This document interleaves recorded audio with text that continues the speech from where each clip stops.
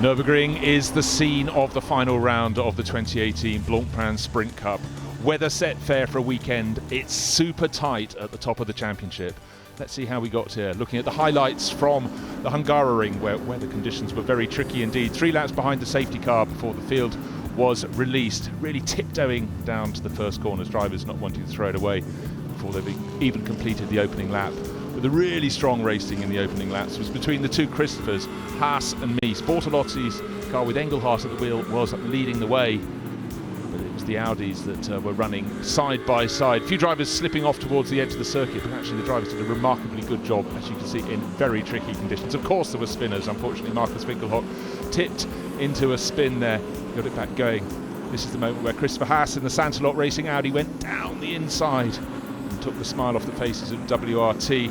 You can see Vincent Voss shaking his head as the position changed, looping round from Andrea Caldarelli. That would earn him punishment as well. Then it came to the time of the pit stops. Even the pit stop was very, very slippery.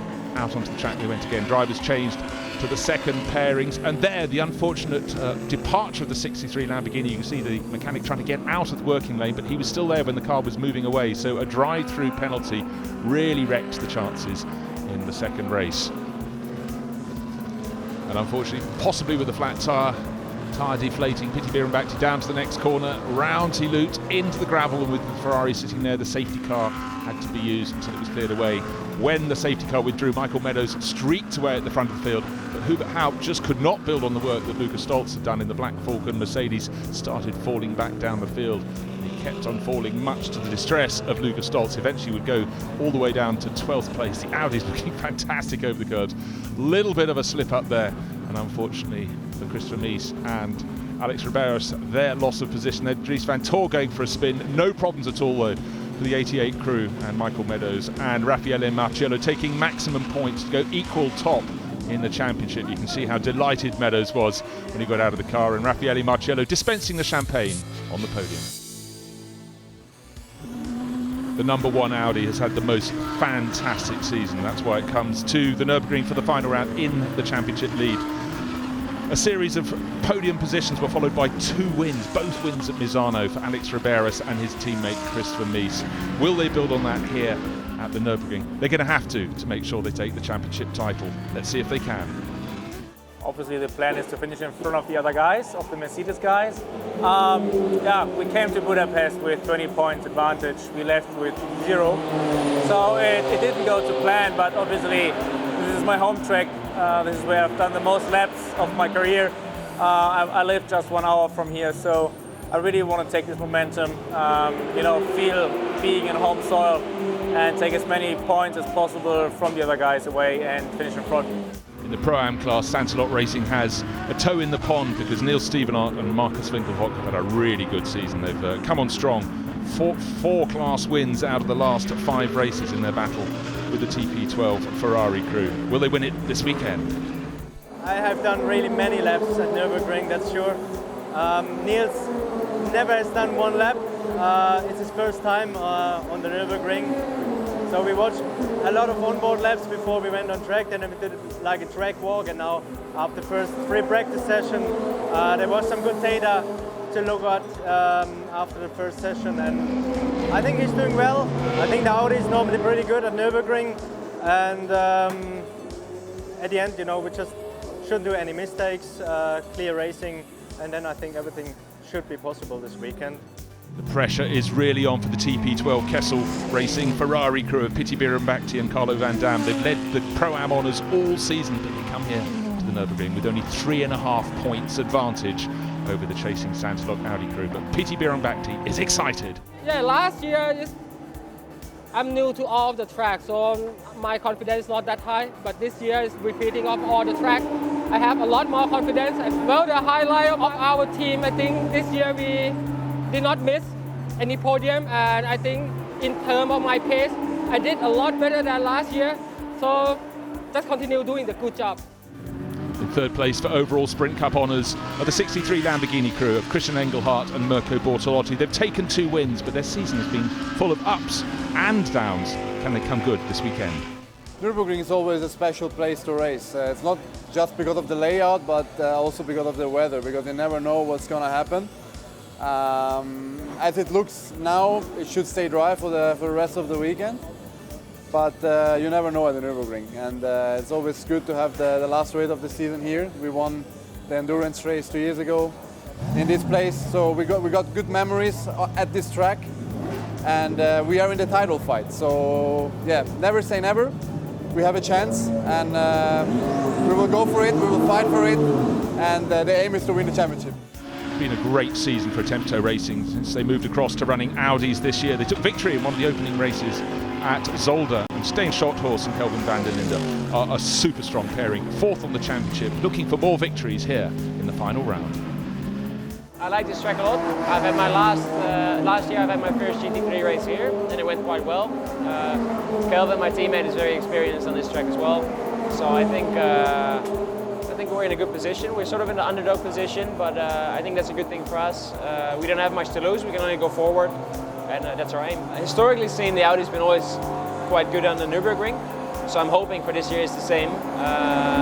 The BOP seems quite decent for us. It's really cool to be racing so many professional drivers, and I'm very proud to be able to match with them and occasionally beat them as well. And that's what we're here for, and that's what we're planning to do.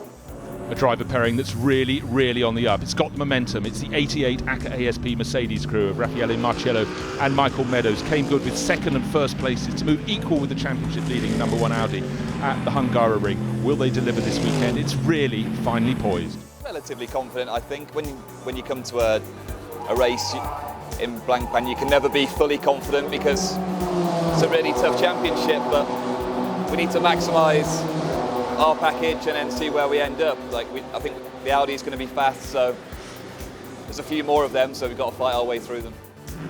It's been a fantastic season for the ACA ASP pairing that runs in the Silver Cup class. Nico Bastian and Jack Manchester, they already have the championship in the bag, completing their season's real work at the Hungaroring last time out. So here it's a glory ride at the Nurburgring, and they're looking for a really, really top result against the full pro honours. Let's hear from Nico Bastian.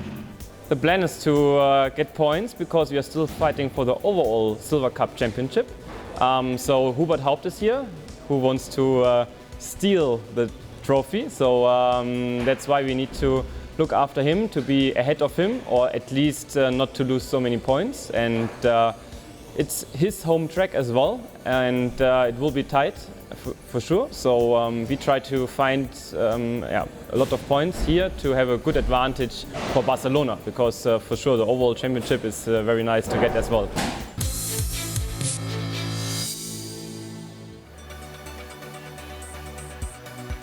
So we've just heard the interviews from the drivers vying for championship honours, and as you look out over the Nürburgring, you can see a day that started with bright blue skies and sunshine has cloud coming over. It's relatively high cloud, and I don't think it's going to have a role to play in this race. Track temperature, we saw 25 degrees this morning, and it's tumbled down to below 21. Humidity though, that has come back down. So for John Watson and me, Bruce Jones, I think we're set fair for 1 hour of prodigious racing. There's so much to play for. This is the penultimate race of the championship, the final race tomorrow morning. And for the Emil Frey Lexus team, their number 14 Lexus is on the front row of the grid, dreaming of a podium result. If they can get their first win of the championship, they will be super made up, especially after yesterday. They were all over the place in practice, couldn't find it. Now waiting for the lights to go green, looking up at the starting gantry, the cars coming into the final corner, the right-hand hairpin onto the start and finish straight in their pairs, 10 pairs, 2x2 formation. They come around to the final corner. Lights on the gantry are red, waiting for them to go green. They won't. Now the cars are on the start finish straight. There are the green lights. Who's made the better start? I fancy the number 1 Audi's made a belter. It's right under the tail. Alex Riberas right under the tail of Mirko Bortolotti, but nose in front around the outside, but he's going to have to back off. Is Costa coming up the inside? Christopher Haase running out of circuit. Fourth becomes 6th, 7th, 8th, and I think the number 2 Audi with Will Stevens was inveigled to go off the circuit as well. Good to see in the middle of the pack. The 88 Mercedes has not put a foot wrong. Michael Meadows trying to gain ground and certainly looking very positive. Nico Bastian up into 3rd place for AKSP, going up the inside of Albert Costa, who's on the wrong position for turn 4 and is pushed back down to 4th place. Could be a place gained by Ezequiel Perez Compact, because driving on the grass is not the best way to go, John. No, getting 3 into turn 5 will not work, but good start by the Lamborghini, consolidated its grid. The Lexus got a little bit elbowed back, in third place, but the battle with Nico Bastian in the 90 Mercedes. Clearly Bastian sees an opportunity to seize another position. Lexus goes very defensive, goes way out to the right hand side of the track, then comes back to the left, braking down into turn 8. So group of 4 cars, and they are all nose to tail. Where is Michael Meadows? There he is.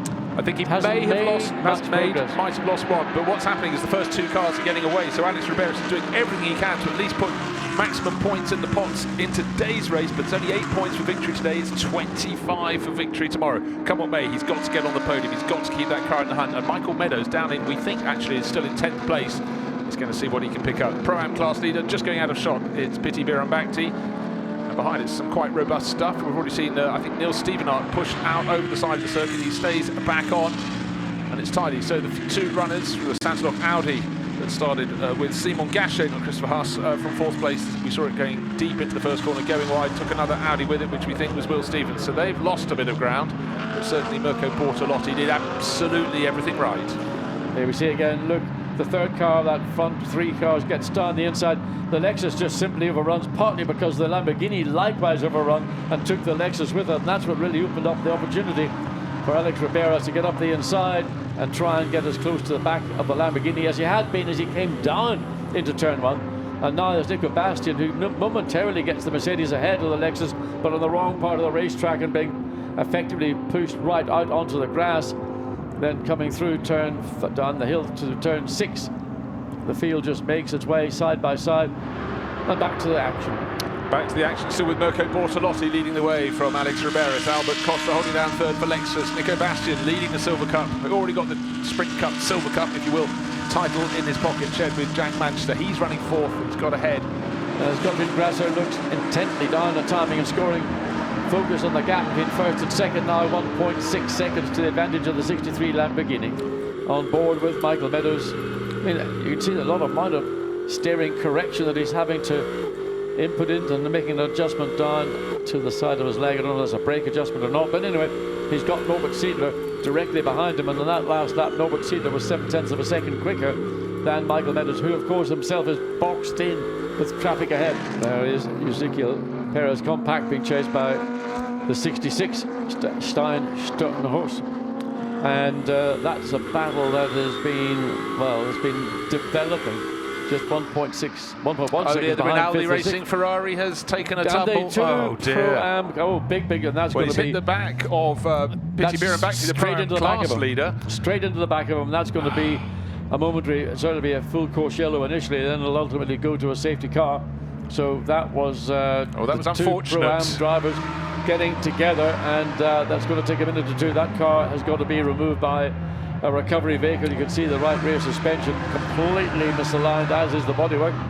So as they stand, Alex Riberas and Christian Mies, Riberas still at the wheel in 2nd place on the track. They will take 86 points, or end up on 86 if they finish. Bortolotti and Engelhardt will now move ahead of Marcello and Meadows into 2nd place. There they are leading the race. Engelhardt waiting to take over in the 2nd part of the race.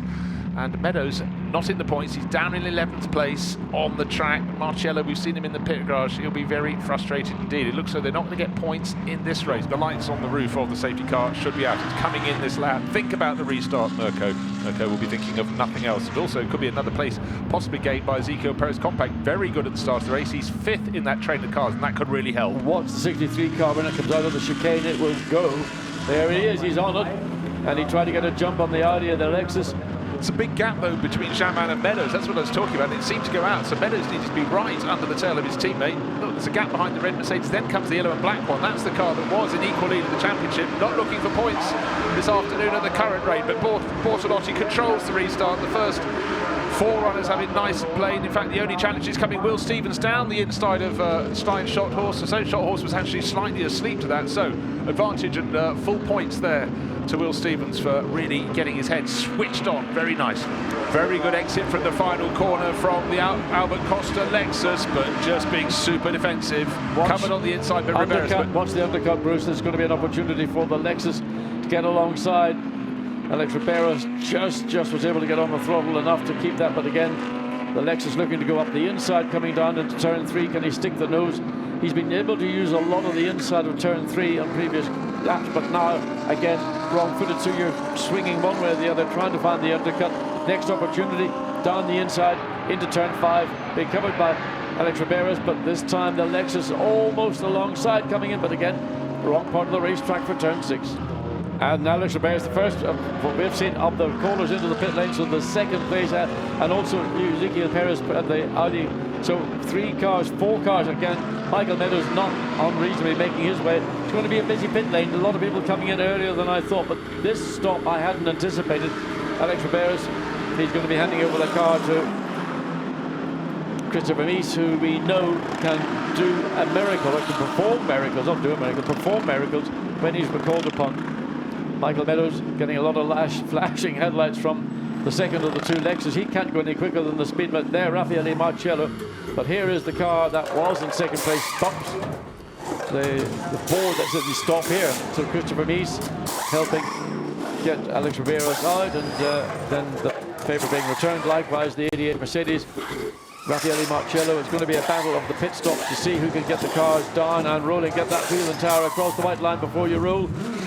Oh, and both cars get rolling, but the benefit to the Audi was it was at the end of the pit lane, and now the 88's got 2 cars between him and that number 1 Audi, and that will, again, look, the Lexus running behind. What's he flashing his lights for? It's a speed limit in the pit lane. Yes, as if Raffaele Marcello just was choosing to go slowly and lose time the opposition. Of course he wasn't, but it's about half the field that came in for the pit stops. Bortolotti comes in, and again, that's earlier than we expected, Earlier, John. but maybe they're looking at saying, where will, not just about when we make our pit stop, more critically, where will we fall back into the field? And what they're considering is the pace of the number 1 Audi, which was the first of the pit stoppers. They will want to get this car back out and be ahead of the number 1 Audi when it comes round at the end of its first flying lap. So the leader on the track now is the number 55 Audi, and at the wheel of that we've got Peter Schotthaus right under his rear wing, Nico Jamin in the 87 Mercedes. But all eyes on the 63 Lamborghini's pit stop. Out hops Mirko Bortolotti, in clambers Christian Engelhardt.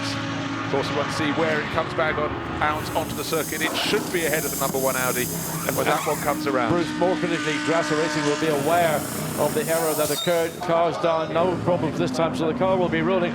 Slowish getaway for Christian Engelhardt. He's not too far from pit lane exit. There is the Audi coming down. He has to wait until he gets on full throttle. He's now on full throttle, so they've consolidated, but by the time they get into turn 1, the gap between first and second place is going to be more or less the gap prior to them going into the pit stop. But who's set now the fastest first sector of anyone? It's the other car that came here leading the championship. Christopher Mies, the number 1 Audi, has just gone even faster in the very long first sector. Great to have the Lexus in the mix, but the car that is going to be leading the race when Nico Bastian has finally come in from leading the race in the number 90 Mercedes.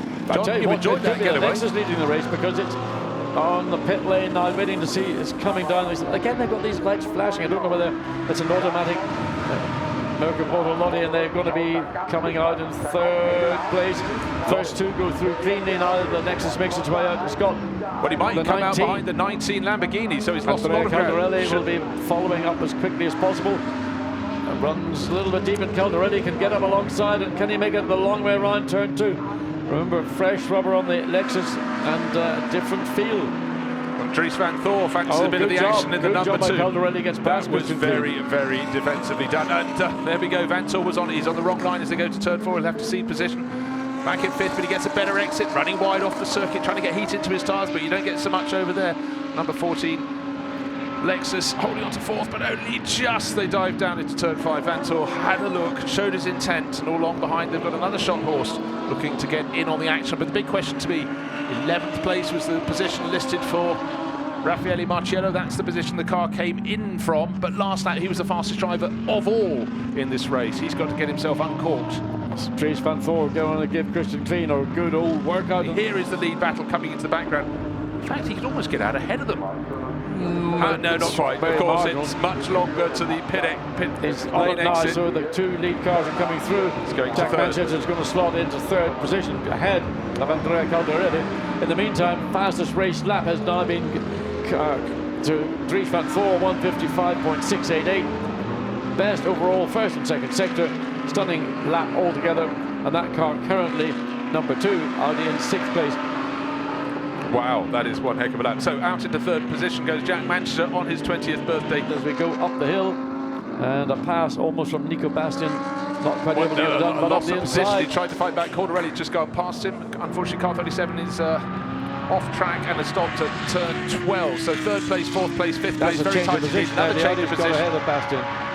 So out of Manchester, Dries Manchester just taken it over. So Dries van Tor up into fourth place and said he could have a role to play in this race. So as they stand, if the race stopped now, Alex Riberas and Chris Vermees, they're second on the track. 86 points. That will give them a 10-point lead. Raffaele Marcello and Michael Meadows will stay back. They move back into second place, and Mirko Bortolotti and Christian Engelhardt into third. That's how they were before the start of the race. But before the start of the race, Riberas and Mees, Marcello and Meadows were equal on points. This hasn't been a great run for the number 88 Mercedes. There it is, yellow Mercedes. It's just gained a position, got past Adam Christodoulou. I don't know if that was a give or not, but they are teammates after all. So hunting down a point, but not in them yet. Certainly it's been disappointing for Marcello and Meadows. I thought we just had a place change. In fact, we have. Jack Manchester has dropped back down 3 positions. He's let the Lexus come through, Christian Klein. He's got Kelvin van der Linde, and now Raffaele Marcello 1 position away from the points. No, 2 positions. Yeah, 1 position away from the points, up to 7th place. He's hunting down van der Linde all over again. Crossing everything in the pit lane to get this 88 Mercedes to get it into the point scoring. Even if they get just 1 point, remember they'll get another point from pole position for Sunday's. But they didn't. They got pit right at the end. Lucas Stoltz stole that point. Indeed, you're right. The Black Falcon. So it might just seem like 1 point, but they all add up. And certainly getting very, very tight in the midfield order there. Great to see Pierre Caffer in the 55 Attempto Racing Audi. He's just behind the red Adam Christodoulou Mercedes that's tucked in behind Jack Manchester. But the good thing for the ACA ASP team is the fact that Raffaele Marcello has moved up closer to the points. The points come 8, 6, 4, 2, 1 for the top 6 finishers today. Tomorrow the points all go all the way down to 10th place, but this is the one you've just got to pick up points in. And still harrying Kelvin van der Linde in the Audi, looking to make a move up the inside. Van der Linde has to go defensive into the final turn. That might give an opportunity for Marcello to make the pass down the inside and the exit. He's going to be in the pound seat when it comes getting down the pit straight into turn 1. Van der Linde closing the 2 cars, almost door handle to door handle as they come down pit straight. He'd already made the move. He was 0.011 of a second, 11 thousandths of a second ahead on the start-finish line, but importantly he had the position for the first corner. He's run a little bit wide, should be able to squeeze back over. So, place gain, well done. It's getting quite interesting down towards the tail of the field. We've got various drivers moving up after the early incidents. Christopher Haas is picking up positions. He was 13th. I think he's just gone up to 12th. He's got Franks right with him as well. Jack Manchester falling back down the order a little bit now. Can't match the pace. These drivers have been racing GT3 cars for years. This is his first season since racing Radicals, and only his second full season of racing, so doing a good job.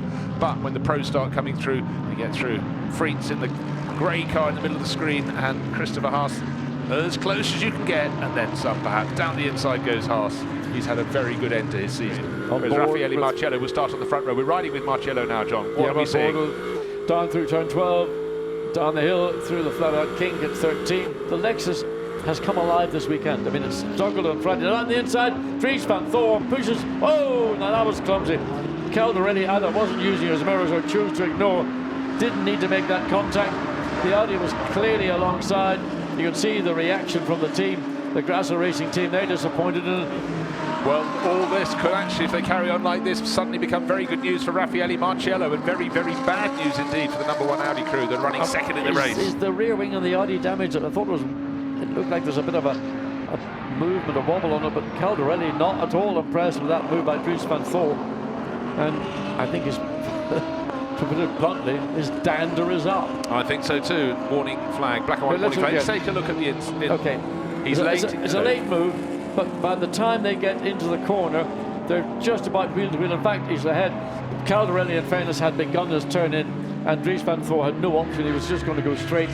So the contact occurred. I think they may feel that was, initially my reaction was that Caldarelli was at fault, but he had committed to turning in. Here's the first of the Lexuses. That is Christian Klein in 5th place overall. This will be this car's best result this year. But who's behind him? Raffaele Marcello, the driver who, as soon as he got in the car, started breaking the lap record. That Marcello is desperate for every point he can get, and the intent is plain to be seen. Watch again to see if he can do the same as he did to the Audi a little while ago with Calvin van der Linde. Got the pace off the corner, accelerating just bit by bit. It's like a couple of trucks on the motorway, barely able to pass one another, but the Mercedes has the momentum, but more importantly has track position coming down into turn 1. Christian Klein unable to come back. This time Raffaele Marcello does not need to overrun the corner. A number of laps ago he went wide trying to get past the 66 Audi and paid the penalty. Now he's found himself up into 5th place. Now a replay going up the inside of the Lexus. When they crossed the start-finish line, the gap between them was smaller than the blink of an eye. But coming down, of course, you're going to brake as late as you possibly can. Listen to this as he gets into the braking zone. Well, I mean, he's using engine braking, brakes to brake. I mean, there wasn't a lot left in the tank in terms of getting the Mercedes slowed down. The key for that overtake was, again, the exit of turn 16. So here we are, the Sprint Cup overall at the moment as they stand. Ribeiros and Mies, the number 1 Audi, will finish with 86 points if they cross the line. The gap is coming down and is now down to 7.5 points over Marcello and Meadows as Marcello continues to advance. I don't think there's going to be any further moves. Bortolotti and Engelhardt will end the day 3rd overall as they started it, but they will of course have gained because they're leading the race on the 2 rival teams of Ribeiros and Maurice in the number 1 Audi and Marcello and Meadows in the black and yellow Mercedes number 88. Dries van Tor will move up to 4th place overall. Christian Engelhardt sitting on a 3-second advantage as he goes on to the final lap. Turn 12 for the last time at racing speed. Gottfried, come on, practice your smiling. I think you'll have good reason to do so. Through the kink at turn 13, that advantage of 3 seconds. Not looking as though it's coming down. Christian Engelhardt will just have to concentrate a tiny bit more. Mirko Bortolotti cracks into a smile. Yeah, this is job done. Up to the chicane for the final time with no one under his rear wing. Christian Engelhardt can have a slightly conservative exit. Come into turn 16, the final corner, the right-hand hairpin. Gottfried Grasser on the radio to Christian Engelhardt. And victory in the bag. It's their 3rd win. The cheers for the GRT Grasser Racing team, punching the air. They could yet win the Sprint Cup title. They came in as the outsider. 5 crews could have taken victory in the championship. And now I think it's probably down to 3 crews who can do that. We'll do the maths a little bit later, but they are still in the mix. And there's Raffaele Marcello, who came here equal in the championship lead. He's recovered from the car being in 11th at the pit stop changeover. He's come through in 5th place.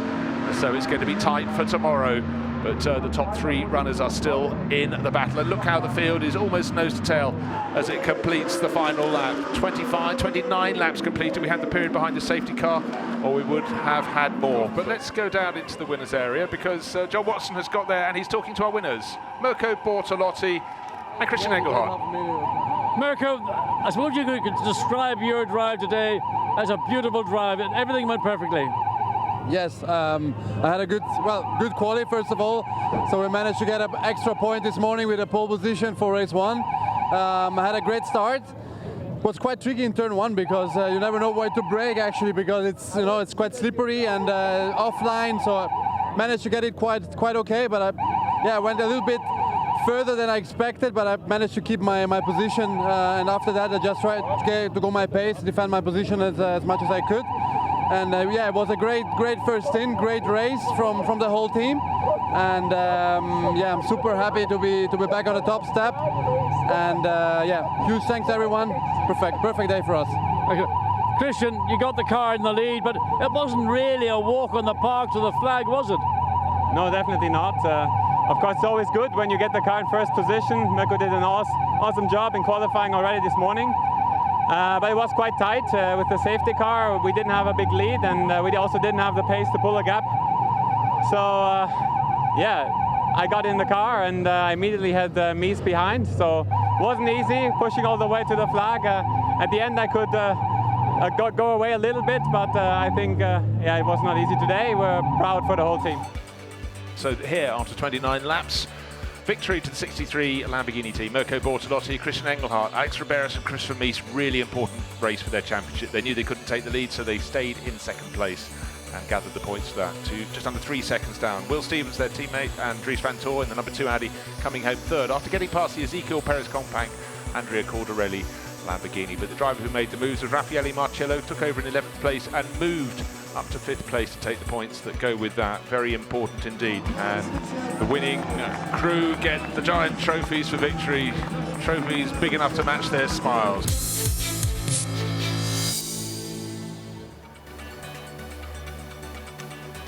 So the stage is set for the final race of the 2018 Blancpain Sprint Cup. We started the season long ago at Zolder, and this is the 10th race at the 5th round, the final round. We came to this meeting with 5 crews that could take the overall title, and one driver on his own could make it to the top. Now we're down to just 2 crews. Temperature nearly 28 degrees track temperature. Humidity continues to drop, which is very good news indeed. But we do have news as well, because it's now down to just 2 crews that can take the overall title, because after yesterday's race, Christian Engelhardt was found to have his hands harnessed not under the straps of his seatbelts, and they were given a 30-second penalty, and that has dropped them out of the reckoning down to 13th place from yesterday's victory, which cost them. And since then, there's been a sporting and technical infringement, and they have been disqualified from the meeting. So now it's down to the battle between Alex Riberas and Christopher Mies in the number 1 Audi versus Raffaele Marcello and Michael Meadows in the 88 ACA Mercedes. They're the only 2 teams that can take the overall drivers' title this afternoon, and they're very, very separated on the grid. So there's a story that's really going to unfold over the 1 hour that kicks off when we get to 4 o'clock here in Germany this afternoon and start the race. So there's been a big stirring of the pot, and it's 2 crews left at the top. And also with a problem yesterday for Piti Bhirombhakdi being knocked out of the race, we have just heard, as I was about to talk you through the Pro-Am Cup, I've just heard news that Marcus Winkelhock and Niels Stevenart in the 26 Audi have decided to start from the pit lane to avoid any trouble, because they've suddenly inherited, after all season long trailing Piti Bhirombhakdi and Carlo Van Dam in the TP12 Kessel Racing Ferrari, that got knocked out of the race yesterday, and suddenly the points has swung very much to the advantage of Stevenart in the Sansa-Lock car. The Audi now leading the Pro-Am Challenges. But let's go down to the grid, because John Watson is getting busy, and he's found Michael Meadows, who's coming in chasing this championship title. Michael, you and Raffaele have got one simple task to do, just win. Yeah, like you say, we just need to win the race. That's all we can do. That's the only thing we can control. The car looks like it's behaving quite well. We're starting at the front, so we just want to, take the opportunity, and then we'll see what the championship does after the race. It's the car alongside you on pole position, Black Falcon, Mercedes, Lucas Stolz. You're all part of the Mercedes tree, the family. I saw 3 of them all had a little huddle, little chat, all the Mercedes guys, Nico Basti and Lucas Stolz, Raffaele. Do you think they're all going to really try and work to help you guys get this championship? No, I think they were just discussing the party tonight or something. But it's goals again. They were, they've got to run their own race really. Black Falcon, they're here to score points and perform at their best. Same with Dries. We can't rely on anyone else for favours. We have to do it ourselves. I'm sure you'll do a good job. Well done, Mike. Cheers. So just to reiterate, they do have to go on to win, because if they win, that means that Riberas and Mies in the number 1 Audi, and I'll come to that in a moment, will have to finish. If they finish 4th, Riberas and Mies take the title. They'll end up on equal on points, but they will have 3 wins. So if the 88 Mercedes wins, they will only have 2. But here's the twist. Starting on the 7th row with the grid is where Christian Mies will be kicking off in the number 1 title-leading car. But John Watson is busy, and he's moved across the grid to the Black Falcon Mercedes that's sitting on pole, and he's talking to Hubert Howard. Hubert, the Black Falcon Mercedes, pole position, but you're in the Silver Cup. Yeah, the first goal for us is to win the Silver Cup and not overall, so we will keep out of every fight between the pro cars. Our goal is to win the Silver Cup, and for me to win overall at the final race in Barcelona. Lucas Stolz is in the opening stint. Raffaele Marcello, opening stint. You're both members of the Mercedes family. I've asked them this question. I'm going to ask you, are you going to give them an assistance, or are you going to make their life difficult? Well, first of all, we do our own race, but finally we won't fight until the end to the Mercedes, that's for sure. But we will be fair, so the 2 cars which run for the championship, they should do their own race, and we won't interrupt them. Good man, thank you. Now, here's the fly potentially in the ointment for the drivers on the front of the grid. It's Dries van Tor who will be starting from 3rd on the grid, sharing with Will Stevens, and he is fighting for the Belgian Audi Club Team WRT entry and hoping to get ahead of them, because that would help their teammates who are starting. Christopher Mies starting down in the 7th row. And why is Mies all the way back down there? Fast enough to qualify further up, but he had an off. There was a brake pipe that failed, and he was tipped off at the bottom of the circuit and had to watch car after car improving their lap times while he was at the side of the circuit with a damaged car. The team did a really good job to get the car ready for race 1 yesterday. Now we're looking there at the car that has led the Pro-Am Championship for drivers all season long until they were knocked out of the race yesterday.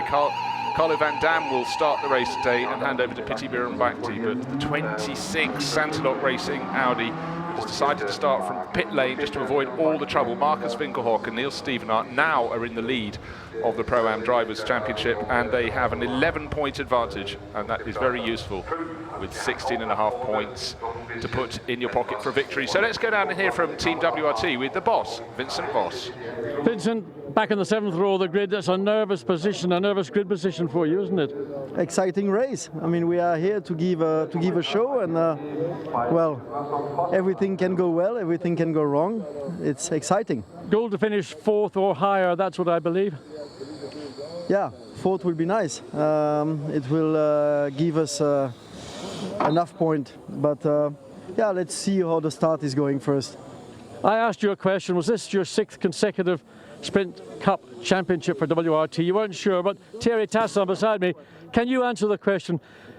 Have you in effect won the 6th consecutive Sprint Cup team title? I don't know, John, because I joined WRT in 2014. You lot are useless. Anyway, let's hope we have a good race. We had some issues in qualifying, brake failure. We had a little problem going to the grid with the pedal going very soft, very long, so we bleed the brakes on the grid, and hopefully it's going to be okay. Let's hope. Yeah, it happens when you get old, believe me.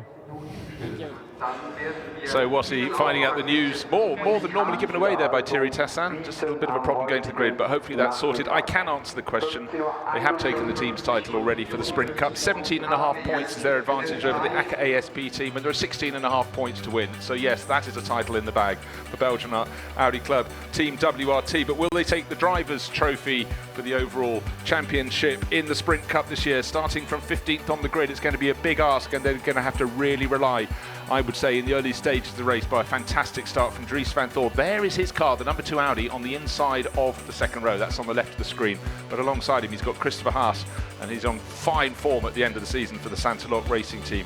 Down to row number 3. Yes, row number 3, and a Pro-Am class, well, was class leader all season. Carlo Van Dam, astonishingly good run for him in qualifying. And the car that's ahead of him on points after the turn, the twist of the tail yesterday, will be starting not from the outside of the 5th row, but the Santilok Racing number 26 Audi. There is its grid slot. That is empty. Is starting from pit lane just to try and be safe. Now, one car that should have been starting from that 5th row would have been the 63 Lamborghini, but just to reiterate, after the problems, after disqualification, well, the first a 30-second penalty, then subsequent disqualification for the meeting for a transgression of the sporting and technical regulations for having a safety harness over the top of the race harness rather than the other way around. That has turned push to shove, and they have been disqualified for the meeting. So they were the car that would have been making it a 3-way battle, the outside shot for the title. They will not be starting this afternoon's race. So we have 18 cars on the grid, one ready to start from the pit lane, and the 333 Rinaldi Racing Ferrari will bring up the rear. And it's a little infraction earlier. Laptop was found to be plugged in when it shouldn't have been, but they had only qualified 1 row ahead of that, so that's not a big loss. So let's focus on the front of the grid. The Black Falcon Mercedes, number 6, all blue, will be starting from the front row, from pole position. Luca Stoltz right at the end of qualifying, pipping Raffaele Marciello. It looks as though the bonus point was going the way of the championship challenger. Didn't quite do it, but 2 Mercedes on the front row, and it looks as though the number 90 Mercedes is also now not on the grid. That was due to be started by Jack Manchester. Last minute work, but I'd suggest it's somewhat after the last minute. The tall figure of Jack Manchester standing with his head down to the right of the car. Clearly very sad indeed for him, but he and his teammate Nico Bastian had already wrapped up the Silver Club Drivers' title last time out in the Hungaroring, so the points in the bag. But right now you want to go out and race. It's a perfect afternoon for racing here at the Nurburgring on the Grand Prix circuit. 5.137 kilometers, 16 turns, gradient change, opportunities to overtake in many, many locations around the circuit, and if not overtake, to get very, very close indeed. So another faller that should have been towards the rear of the grid, but unfortunately will not be starting the race. Should have been, in fact, not. He would have been on row 9 on the outside, but Jack Manchester, young British driver, just turned 20 yesterday, not going to get this race start when the race gets underway. Very sad to see. Highs and lows of racing. The highs came in Hungary for Nico Bastian and Jack Manchester, wrapping up the Silver Cup Sprint Cup title with 1 round to go. And it's a gearbox issue they're working on. Thank you for the spies up and down the pit lane. So getting ready for the formation lap. which will be in 15 seconds. Audi safety car leading the pack around. There's the view across to Raffaele Marciello, driver who oh so nearly took pole position. Just to reiterate, it's so close. It was so close in the Sprint Cup. Coming here to the Nurburgring, we had 5 crews that could have taken the title. Some, admittedly, far more on the outside on the points, and one further driver last year, Sprint Cup winner Stuart Leonard. He was the real outside shot, but his chances, he had to take victory in both races. Plus, I think the bonus point for pole. That hasn't happened, so he is not in the mix anymore. Gradually, the others will whittle down. So it's just the 2. Let's focus on the number 1. Belgian Audi Club Team WRT entry. Christopher Mies starting that, but getting this from the 7th row, while the outside of the front row is the 88 ACA ASP Mercedes that will have to do everything to take victory, and just hope that even if it does that, that the number 1 Audi can't make it any higher than 5th. So let's take a look at the starting grid. It's the Black Falcon Mercedes with Lucas Stoltz at the wheel at the starting from pole. Raffaele Marciello alongside, gunning for championship honours. Then Dries van Tor on the inside of row 2 alongside Christopher Haas, who's having a fantastic end of his season. Carlo van Dam trying to do everything to take that Pro-Am title for Kessel Racing alongside Kelvin van der Linde. Then Robin Friens, he's also going to maybe help play a role for Team WRT. Andrea Cordarelli alongside him for. Then we've got Adam Christodoulou, who's joined the championship this weekend, alongside Marcus Finkelhoff, but he's starting from the pit lane. Ricardo Feller and Marcus Pautler on row number 6. Then championship challenger Christopher Mies from the 7th row, alongside Christian Klein. And don't forget, they were challenging at the front end of the race, so 2 fast cars that come through. Alexei Korniev and Pierre Caffer on row number 8. Then Dennis Dupont on his series debut on row 9, all alone, because Jack Manchester hopefully will get a start, but gearbox problems for the 90 Mercedes. And on the back row, David Perel. Just to reiterate, the number 26 Pro-Am class leading Sansalot Racing Audi, not starting from the outside of row 5, instead will make it start from pit exit. So on the left of the screen, you can see why the long face. Michael Meadows, so many nerves jangling in the ASP camp there. Down on points by 9 points. They have to take win. If they don't take the victory, then it really is a case of just getting into the final places of the top 10 will be enough for Christopher Mies and Alex Riveros. But let's not get ahead of ourselves. Congratulations, John Watson. Great interviews down on the grid, and he sprinted over the circuit and up to join me in the commentary box just in the nick of time. Yeah, up the ladders and down the snakes to get back to the commentary booth. But a very, very warm afternoon on the grid. It must have been somewhere around 20, 22 Celsius. Don't think it's going to have any particular bearing on the outcome of the race. But what will be important is Raffaele Marciello to get the advantage into turn 1 and build a lead. He doesn't need to have a race with the number 6 because it's in a different category, and I suspect that will be how this will play out. But I tell you what, John, my eyes, the lights go greener on the number 2 Audi. It's tucked in behind Lucas Stoltz. You can hardly see it. The blue Mercedes starting from pole positions, already just fallen behind, just half a body length ahead. No, better on the braking. Lucas Stoltz is going to take the lead into the first corner and keep the lead going around the outside, but hopefully not too far off the circuit is Raffaele Marciello. Has he been passed? Yes, the nose is in front of the number 2 Audi, but he's on the outside line, so Marciello moves back into second place, trying to gain places and not have any body damage. It looks as though there's a lot of light on our screen. It looks as though number 2 Audi got pushed a little bit wide there, and Christopher Haas came into the mix as well. But what we can tell you is Lucas Stoltz is leading the race. A few cars helping each other off the track in the midfield. Lucas Stoltz leading for Raffaele Marciello. Waved yellow flags in the background. 3rd place, Christopher Haas. 4th place, really good start from Kelvin van der Linde. Where is that number 2 Audi? And good to see the number 1 Audi, the championship leader, is still in the mix, but it got very, very tight in there. Yeah, the number 1 Audi's role is to basically finish 4th or higher at the end of 1 hour, and that might seem a relatively straightforward task, but the difficulty here at Nurburgring is, as ever, is finding a way around the car that you're following, and you get too close, then you get losing your downforce, you lose your front end grip, and then you have to wait until there is damage to that Audi, and that was coming through turn 3 into turn 4. We saw a car go off track, and that is the result of it, a punctured tyre, and goodness knows, probably bodywork damage as well.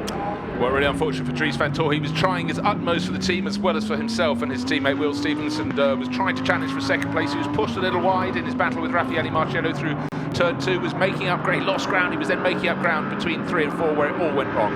I don't think Raffaele Marciello is going to get too stressed about running currently in second place, principally because the number 6 Mercedes is in the Silver Cup. Herbert Haupt will not run at the same pace that we know that Michael Meadows can do. So while it is great to see the number 6 leading this race, in effect, by the time we get the round of pit stops and driver changes, the likely balance will favour the 88 Mercedes rather than the number 6. In the meantime, you've still got to keep that close contact, make sure you don't let the number 6 get too far ahead. Christopher Mies already into the points, already into the top 10. He's moved that number 1 Audi up from the 7th row, from 15th on the grid into 9th position. Very, very good work indeed. Sorry, from 13th on the grid to 9th, but he kept it clean, and unfortunately for his teammate Dries van Tor, not getting back around to the pit garages as yet. He'd be limping in with that puncture. His race very much run. Jack Manchester didn't even get to start the race. They're still trying to fix the number 90 Mercedes. Through turn 4 and then the run down, and Lucas Stolz was able to maintain that advantage 1.5 seconds when they came across the line at the start or the end of the first lap. But everything very calm at the minute, particularly in the 88. But of course what they have no control over is this car, the number 1 car, which is currently 9 points ahead in the championship. So Christopher Mies and Alex Riberas are going to have to do a lot of hard yards to get that car up to 4th position, assuming that we get the 88 Mercedes into the lead. There's the tyre change, the wheel change after the puncture on the opening lap for Dries van Tor, straight back into the race. He is stone last. Just want to point out the car that's running in front of Christopher Mies is from the ACA ASP camp. Brought on board this weekend to do a job is Adam Christodoulou. Wait for it, there it is, the red Mercedes tucked in behind the number 1 Audi, then 8th and 9th, and that's the important thing, that from an ACA ASP point of view, that the Audi is kept back for as long as possible. Yeah, and we know from what we saw yesterday, we know what we've seen in the past, that overtaking here is difficult. So let's have a look at the white Audi. I've just been warned to look for that. So Marcello goes wide, going up to turn 2, looking for contact, hasn't come yet that we can see, and then we have Dries van Tor getting very, very close indeed and being pushed wide. That is why he dropped back. It was side-by-side contact, knocked him down to about 5th or 6th place. But what I want to know is what happened once they got out of turn 4, because that's when we saw the car going off onto the dirt on the outside. Couldn't quite see because of the grouping, but Dries van Tor had been pushed back down into pack, possibly with a puncture already, possibly not, but there was further contact, and the end result was a puncture and that limp back to the pit lane. Yeah, there's an overrun into turn 1 by Raffaello Marcello that offered up the chance for the number 2 Audi to get up on the long side, but it was on the outside going into turn 2, and there was that contact that was not unintentional, which is a fact of life, that if you're on the inside you've got nowhere to go except to the outside, and if you're on the outside you're trying to get back in onto the racing line. Contact, unfortunately, for number 2, and that set them back. They're now running in 18th position. So Christopher Mies in the number 1 Audi, just going through shot there, still behind the red Mercedes of Adam Christodoulou. Just want to highlight at the moment, Pro-Am class leader is running in 5th overall, but don't forget in a Pro-Am pairing you've got a Pro, and it is the Pro in the car at the moment. It's Carlo Van Dam in the TP12 Kessel Racing Ferrari, doing his utmost to score as many points as he can, but with only 3 Pro-Am runners in the race, the fact that Marcus Winkelhock is the last of the effective runners ahead of Dries van Tor matters not. It means he's going to be heading for a good helping of points, and that should be enough to wrap up the championship for Pro-Am honours in the Sprint Cup for 2018. But it's this group of cars, 5th all the way down, probably to 12th, that are so compacted that everybody's being controlled by the pace of the car that's leading this group, and consequently the opportunity to get that run, get your momentum built up. The usual story. So everybody's got more or less the same top speed. There's the 17 going through Robert Friens, shares with Stuart Leonard. But it is going to be difficult for Christopher Mies to make much further progress.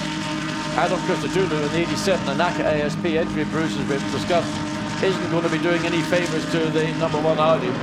Most certainly isn't. So gap between 1st and 2nd says really very, well, it's actually come down a bit because Raffaele Marcello just set the fastest up in the race, but it's a second, then another 2 seconds back. Christopher Haas. Adam Christodoulou in a straight line looks very effective. Nothing Christopher Mies could do. Look for the red Mercedes. We're looking at the green, number 19. Caldarelli Lamborghini being pushed very hard indeed by the number 17 Audi of Robin Friens, but it's the pair behind them, Adam Christodoulou, and he's not being harried by Christopher Mies. Christopher trying to keep his tyres as sweet as he can and not looking for any gaps, and Adam Christodoulou right now not leaving any. The thing that was interesting was on the straight that the Mercedes seemed to have the legs over the number 1 Audi following. So again, out of that sequence of corners 2, 3 and 4, it's a bit slow turn, then back onto the short straight that leads into turn 5. And you could see just how much Adam Christodoulou could stretch the legs of the 87 Mercedes. Christopher Mies has made good progress on that opening lap from 13th up to 4th place, but now, as we've seen so frequently, Okay, let's have a look at Audi 2 going wide. He just had the contact with the yellow and grey Mercedes of Raffaele Marciello. Christopher Haas starting to challenge and coming into the corner behind Caldarelli, back to about 7th place. Now what happened as they went into turn 4, which was the car that went wide? Well, number 2 goes wide, possibly because he's already got a puncture, the puncture on the other side. And he hits one of the tyre's already well down. Sure. He already hits the Seidler car. I'm not sure whether the tyre damage happened on the exit of 2 or it happened as a consequence of the contact coming through 4. Whichever it was, we saw those 3 cars go way, way wide, and the outcome of it was that the number 2 Audi had to make a pit stop a long way round. It's a 5.1 kilometre circuit. Well, it seemed they but changed. Look at the gap Bruce is closing down. It was just over a second, probably under that by the time they get across start-finish line. It certainly did, John, but I think the fact it was the front left tyre that had to be replaced suggests it was the turn 2 incident, and that's now under investigation. Raffaele Marciello and Dries van Tor coming into contact, and the loser in that battle was Dries van Tor. First to second, now below a second. Okay, very early to be looking at the points, but if it stays as it is, Marciello and Meadows will take 93.5 points to end up the season 2 points ahead in the Sprint Cup. But Riberas and Mies, you feel they will have those wonderful Team WRT pit stops. They will use the tactics as well as they possibly can. They've just got to get a few more positions forward, and if they end equal on points, the advantage will go to Riberas and Mies, because it will be that they have 3 wins, and even if the 88 Mercedes, this car we're riding with now, takes a win, it'll only be their second, so they will come second in the championship. Yeah, I mean, Michael Meadows said it on the grid, they've got to win the race effectively. They cannot control what the number 1 Audi is going to do. Right now, they would like to find a bit of clear air, but there's no need right now to force the issue, because when it comes to the driver change, Hubert Haupt will take over the number 6. He is the silver driver in that silver operation, and Michael Meadows, as a pro driver, will take over the 88, and that balance should favour more the 88. But what's going to happen with the number 1, that's going to be a different deal, because Alex Riberas will be getting the car handed to him. Whether they'll bring in Christopher Mies early or late, well, that's what those guys in the pit wall are there. That's what they're paid to do, work out these strategies. Dries van Tor, just taking a look at his pace, he's lapping just as fast as the race leaders and faster than the majority of the field, but he's way down at the back of the pack. He's running 18th. Jack Manchester didn't get to start the race. The car may be still being worked on in the Yaka ASP garage, but that now not really part of the mix at all. What the story of the race is the chase. The number 88 Mercedes, looking for championship glory, needs to win the race. It's running second behind the Black Falcon Mercedes of Lucas Stoltz, so a tidy gap back, 3 and a bit seconds back to Christopher Haas for the Sansalot Racing Team, then Kelvin van der Linde, then still running 5th, the leading Pro-Am car with Carlo Van Dam behind him. We have Caldarelli, and then Friens, etc., etc. But still, Christopher Mies hoping to take the championship, stuck behind Adam Christodoulou. We're riding with him now, the number 1 Audi, still down in 9th place. Yeah, I mean, he's not making any progress. He's caught in that bit of racetrack where he can't do any more than he's doing.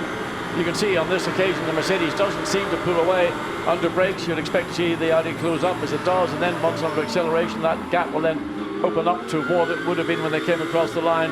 Just half a second between the 2 cars on the start-finish line. But Christopher Mies, I mean, if you want to put a driver in an Audi to drag that result, not just the performance, the result, he would have to be one of the people in the WRT lineup that I would have to select. What I'd like to know, though, John, is the natural pace of this car. Last time around, they lapped in 1 minute 57, whereas the race-leading duo in the Mercedes are lapping in the high 1 minute 55. So their advantage is going out all the time, and the cars just in front of them lapping in the high 1 minute 56. So if this could be a better lap, they're staying with the pace. But it often happens, that concertina, you get stretched out and your pace just drops away from the race pace. Yeah, I mean, we just got this group of cars, 6, 7 cars, 8 cars, all circulating more or less within, you know, a tenth or less than that of a second. The consequence being that when you get into the line, you get stuck on a line, and you can't really drop back as you might think you might like to do, because directly behind Christopher Mies is the 14 Lexus, and that's only 1.8 seconds as they came. It's not a comfortable gap. Christopher Mies could drop maybe back even as much as by a second, and then try and get a run. But Adam Christodoulou is not going to be any walk in the park to find a way around. He certainly is. We just saw Alex Riberas looking very serious in the garage, but I heard a rumble, and Jack Manchester has just left the ACCA ASP garage, so he does come out into the race in the number 90 Mercedes. He'll be 6 laps down, or as close to that as possible, but these are the Mercedes that count at the moment. The Black Falcon car hasn't ceded its pole position. Lucas Stoltz, no intention of doing so. Very quick German driver, followed by a very, very quick Italian driver. It's just under a second, 0.924. And of course, in terms of points, it matters not either, because it's a Silver Cup car at the start of the race, and you take the points according to your class position. But really, it's the overall points for victories. It's victory in the class that counts most entirely for the maximum points. 16.5 points for a win. Yeah, but the key for Raffaele Marcello and then for Michael Meadows, who will take over this car, the pit lane window will be opening up in about 12 minutes' time. So whether the Mercedes 88 will think of doing an early stop, and my view is they'll keep Marcello in the car a little bit longer. They'll certainly keep Lucas Stoltz in the number 6 Mercedes, because obviously they're in this battle in the Silver Cup. But they're looking also for an overall or an outright victory. Probably less likely than the obvious class victory, but an overall victory for the number 6 car would probably be a bit of an upset, an overturn on 4. It certainly would. And just to reiterate, we've got a Silver Cup car leading the race, Lucas Stoltz. We've got a Pro-Am car, Carlo Van Dam, in 5th place overall, but everyone else ahead of Christopher Mies is in the overall running in the top class. So effectively, Christopher Mies and his teammate Alex Riberas are going to be taking the points for 7th place at the moment. Bear in mind, they need the points for 4th to sort the championship. Yeah, but this race will really take on a different dimension when we do get to the pit stop with driver change, tyre changes, and that's when the final, well, what's going to have to be done? Who's going to have to get into that car? Alex Riberas is certainly going to have to get into the number 1 Audi, and other than we know that WRT Audi make outstanding pit stops, that's where they would hope to clear a lot of the traffic that's around them. But nevertheless, the ACA ASP Mercedes team currently 2nd. No slouches when it comes to getting the drivers turned around. Just have to make sure to take that extra second to make sure your seat belts, as was the case with the 63 car yesterday, they didn't get the seat belts across the top of the hands device, which is a mandatory requirement. Yep, and obviously driver safety is of imperative importance, and thus the punishment. And then there was a sporting transgression after that, and so the 30-second penalty that dropped the 63 car, Bortolotti and Engelhardt, was issued to start with. That dropped them from 1st to 13th place, and then with the sporting transgression, unfortunately that led to their disqualification from not just yesterday's race, but the entire meeting. So they went out of the championship reckoning, making it a 2-horse race, and at the moment the race is a bit like a game of chess, John. A second between Lucas Stoltz leading the race, and Raffaele Marcello, who's trying his all to take victory this afternoon, because he needs victory to take the maximum point haul, because he knows there will be points going the way of the number 1 Audi. It's just a question of how many, but right now it's only the points for 7th place. Well, you've got to think that the 39, the lead car in the Pro-Am category, Carlo Van Dam, when Pierre Bitten gets behind the wheel, he's not likely to match the pace of Michael Meadows. And then Robin Friens is going to hand over to Stuart Lender. That's going to be probably even Stevens. Adam Christodoulou hands over to Nicolas Jomain. Not going to be an easy walk. I mean, if you think that Adam Christodoulou is going to be a hard pass, then Nicolas Jomain is going to be probably as equally hard.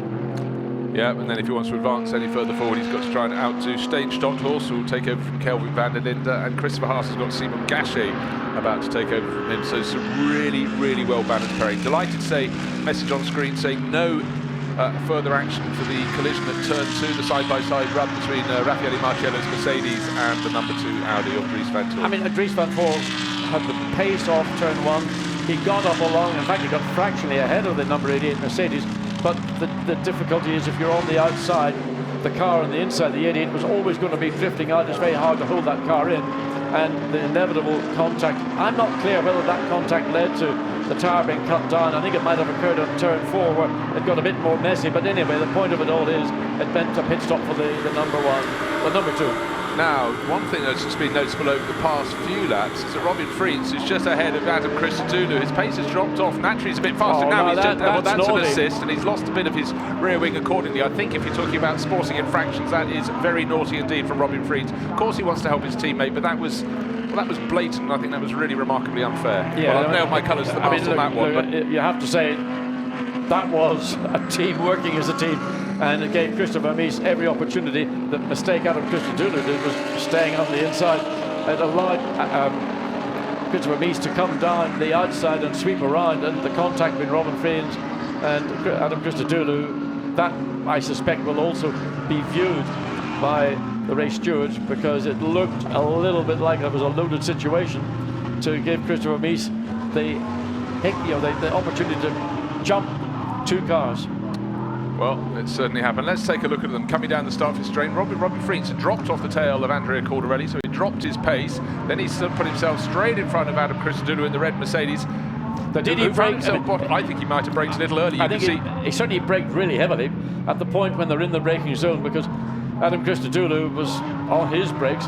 But clearly the Audi looked to me to be slowing down. But we wait and see what the judgment will be on that particular incident. But Jerome Policorn's having a look at his own little replay. He's the boss of ACA ASP. But another factor there, John, was the fact that the number 1 Audi with Christopher Mies, he was on the brake. He had to get in the corner, and he gained 3 car lengths in that braking area. Absolutely, that's why I just wonder if there was an error at all, and was Adam Christodoulou trying to fight with Robin Friens and not being aware of what might be being played out, but allowing Christopher Mies a clear run down the outside to sweep around those 2 cars and almost effectively, you would almost imagine, I'm not going to say it was the case, you'd imagine that Robin Friens stayed on the brake pedal longer than he needed to slow Adam Christodoulou down even further.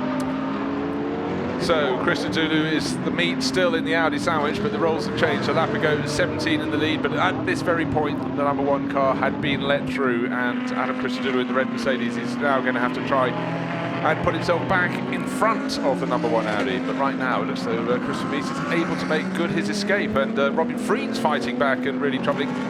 Warning flag for driving stand-ups, as we call them here.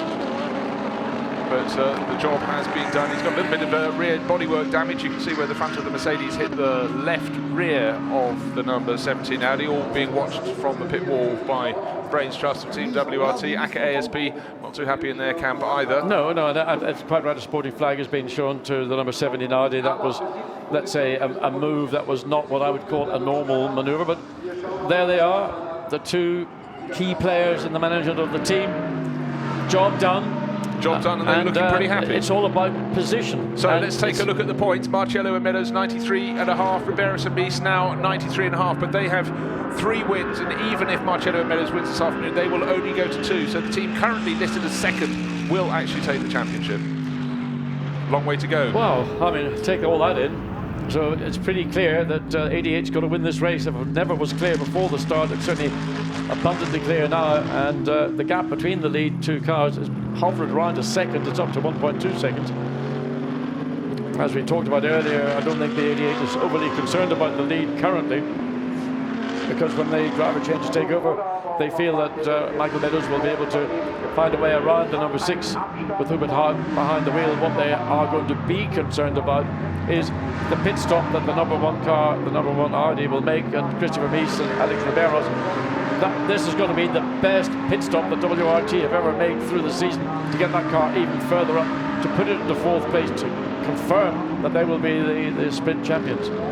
Absolutely so. So the 2 Mercedes, the Black Forker Mercedes, the ACA ASP Mercedes, number 6 and 88, well clear. They're separated by a second, nearly 5 seconds between Marcello in 2nd place and the best of the Audis, Christopher Haas for Santalot Racing in 3rd place overall. But it's been what's happening behind effectively 7th place backwards, 7th, 8th, 9th. We had them shaken around, and Christopher Mies was 9th. He's now up to 7th, courtesy of a considerable helping hand from Robin Friens. Number 17 Audi, there is Friens in the yellow flashes on his wings. Not far ahead of the better of the Lexuses, Christian Klein, but we had nose to tail. This is quite a good drive by the new BMW driver, Dennis Dupont. He's gained several positions on his debut, moved across from TCR Racing, big step up to GT, but we have had a few incidents that have given him a bit of a helping hand, but you've got to be out there, got to be doing it. And someone who is doing it, though. Yeah, it's going to be a battle in that Pro-Am category. Ultimately, although the championship was effectively won by the 26 Audi, but for runners-up position between the 2 Ferraris, 33 and the 39, and you will see then the 2 AMs getting in behind the wheels. So while they're not close on track, one is in 5th place right now, the other is in the 11th. It'll be interesting to see when those 2 drivers get behind the respective cars, what they can do. It's absolutely level pegging between the first 2 Mercedes. As they both rumble out of the corner. We've seen they're very quick in a straight line here at the Nurburgring. It really seems to suit them, but maybe lose out a little bit in the corners. But Lucas Stoltz gaining 1/10 of a second on the last lap, and he stretched to 1.2 seconds, his advantage at the front of the field. And the advantage over those behind continues to grow. There's been a pretty metronomic drive from both Lucas Stoltz and Raffaele Marcello, matching each other more or less 4 lap times, a little 10th here, a little 10th there. So you can see that Marcello catches up fractionally in turn 3, then once they get through turn 4 they stretch their legs. So driver changes. Michael Meadows already suited and booted. So pit lane will open in just under 2 minutes. I wouldn't anticipate Raffaele Marcello coming in early, but we don't know. It'll be what the team looks at their predictors and where would that 88 car fall back in, because even though it might be a car racing for the championship, it falls in behind another car that is not in the championship but got similar straight line performance, then you're really stuck.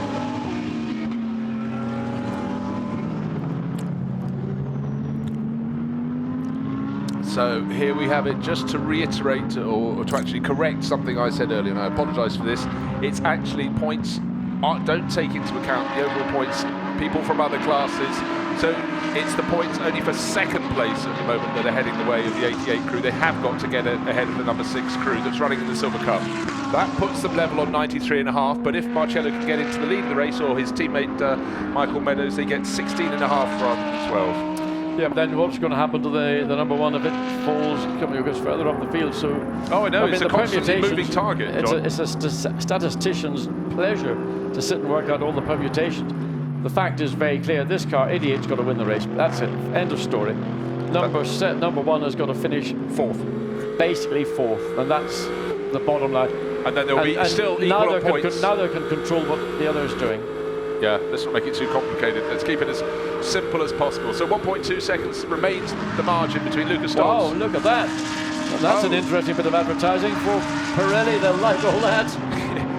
Yes, well, that's been found by young Riccardo Fella, who's starting from number 3 Audi from the 6th row. Had a fairly good run early in the race. He's down in 14th position, and he's found a little bit of something extra for his performance. I'll tell you what, if he doesn't come in very quickly, he's going to find his engine overheating and possibly doing severe damage to it. Well, the pit window's about to open in 1 minute precisely, so at the end of this lap will be just the right time for him to come in and make that pit stop. Sharing that car with fellow young racer Belgian Adrian Delina, with the young Swiss Riccardo Fella. Don't know how he would have gotten the barrier. I mean, he must have touched somewhere around off the racetrack to get the Pirelli banner attached to the front of the car, and I can't see where around the racetrack he might have done that. Hold on, was it reading back to front? No, let's not try and get too complicated, but anyhow, he's peeled it off, but he will be coming in. I am sure of that. The team will have noticed, obviously, it's big on the screens. He's gained a little something all over the front of the radiators. Great run by Lucas Saltz. We saw a brilliant run from him in Hungaroring last time out, and also a brilliant run from Raffaele Marcello. He and teammate Michael Meadows took the first victory of the year for Mercedes over there in Hungary a few weeks ago. And certainly their pace looks very good indeed here. Look at the clock at the top of the screen. Once it gets to 35 minutes, the pit window should be open. That's the time still left in this race. So either of these two drivers, if they so choose, could make it into the pit lane. They would be the first two that would be under the 35-minute second, and I do not see either of them doing so, no. They're going to hang it out there until, and the gap appears to maybe fractionally close. It was just over 1.2 seconds. I'll wait to see what it is when they come across the line at the end of their 13th lap. The gap is, and there's a very smoky, and that's the number 3. The number 3 one. What did I say? Well, it's completely overheated, as you predicted, John. The thing is just boiling like the proverbial pressure cooker, and that's the result of driving around with that piece of advertising. Cars now making their way into the pit lane. Well, maybe they thought they could do one further lap. Maybe the team didn't quite see it in time. Christopher Mies is in, as is Adam Christodoulou. So the number 1 Audi already in the pit lane. That's an early stop. Maybe a good move from WRT to get that car out of the group of cars directly ahead. So the number 1 car makes its way. It's the last pit box in the pit lane. Well, it gives us a clear visual, John, because Christodoulou in on the same lap. They weren't actually that close, or being held up by Andrea Cordarelli in the number 19 Lamborghini, but it's a tactical move, this. So Christopher Mies, his championship is run. It's now in the hands of his teammate, the Spaniard Alex Riberas, spotted on board. And after the misdemeanors yesterday with the straps, all drivers will be checking, and they strap their teammate in that the hands device is covered by the harness. Yeah, and more importantly, a set of brand new sticker tires. The Mercedes, that is the ASP. He's gained about 3 or 4 seconds on Adam Christodoulou's car, which is now being driven, the 87 car, by Nico Jamin, very impressive young French driver. So brand new sticker tires for the number 1 Audi, which will give it an initial advantage. And clearly, again, the strategy from WRT is to save tyres, to give that car the best rubber available, and that's certainly the consequence. The number 3 we saw, it only did roughly about half a lap or 3/4 of a lap with that banner on it, and the water temperature just went off the radar. Certainly did, and don't forget, in fact, Christopher Mies almost forced that situation with new tyres because he saved the set by not using them in the final qualifying session. In Q2, he went off early in the session, and that was a gift that's come back his way and compromised his qualifying position. I call that a strategic move, not an accident leading to the beneficiaries. Yes, looking back in retrospect, getting closer and closer. 0.8 of a second has become 0.6 of a second. 2 laps ago, it was 1.2 seconds, and Marcello just moving out of line, taking a look here and there. They know they can still go on for another 7 minutes or so before they need to dive into the pit lane. Certainly the best part of 3 laps, I would imagine, if that's their choice. Need to keep an eye on that number 1, Alex Riberas, to see what his first flying lap is. On an out lap, he needs to go on to that first flying lap to get a gauge as to.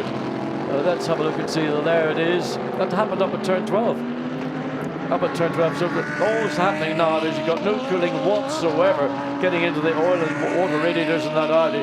And he did the best part of a further lap until the thing cried enough. And as we saw, smoke, steam, whatever, coming from the radiator. Bits of it all around the racetrack also. Bits of that banner it's been tearing off all the way around, but not sufficient to let air get in and keep it cool. Look at the gap, the reduction on lap over the last 3 laps.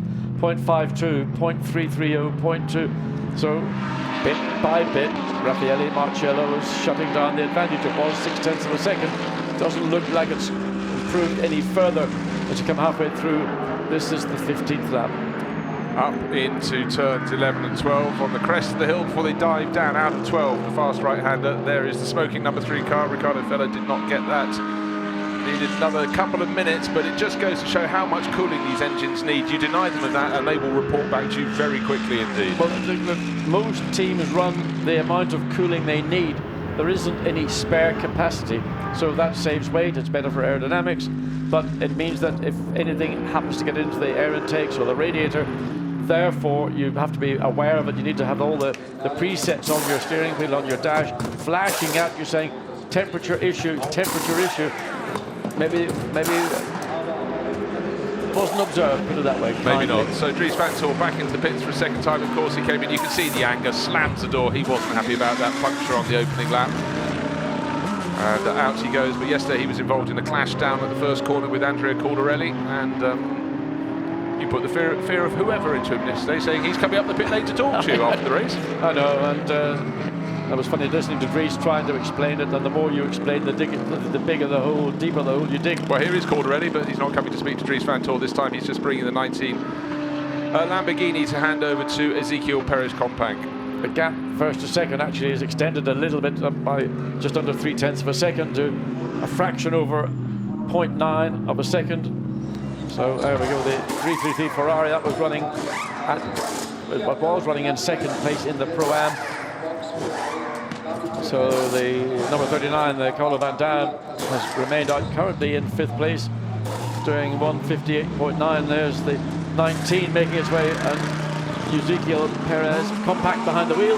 Well, they had a good run yesterday. They came home in 3rd place, and if it hadn't been for that bold dive, or over-bold dive perhaps, Dries van Tor into this very corner. Important for Alex Riberas to get ahead of the Lamborghini. That just shows that was a really good tactic, because the Lamborghini was 3 or 4 seconds up the track before the pit stops, and now of course Alex Riberas is on that fresh set of rubber, an extra advantage. More importantly, his out lap was 1:56.538, which is, I think, that should be actually 56.55 is the quickest. So that was a strong lap from Alex Riberas. He did what he needed to do, and he's given himself a free pass in effect with the 19 Lamborghini. So that's another step forward. So they ought to be, when this all washes through, should be running in a net 6th place. Okay, and what we're seeing, I would suggest this will be the start of the last lap before these 2 Mercedes come in from the lead of the race.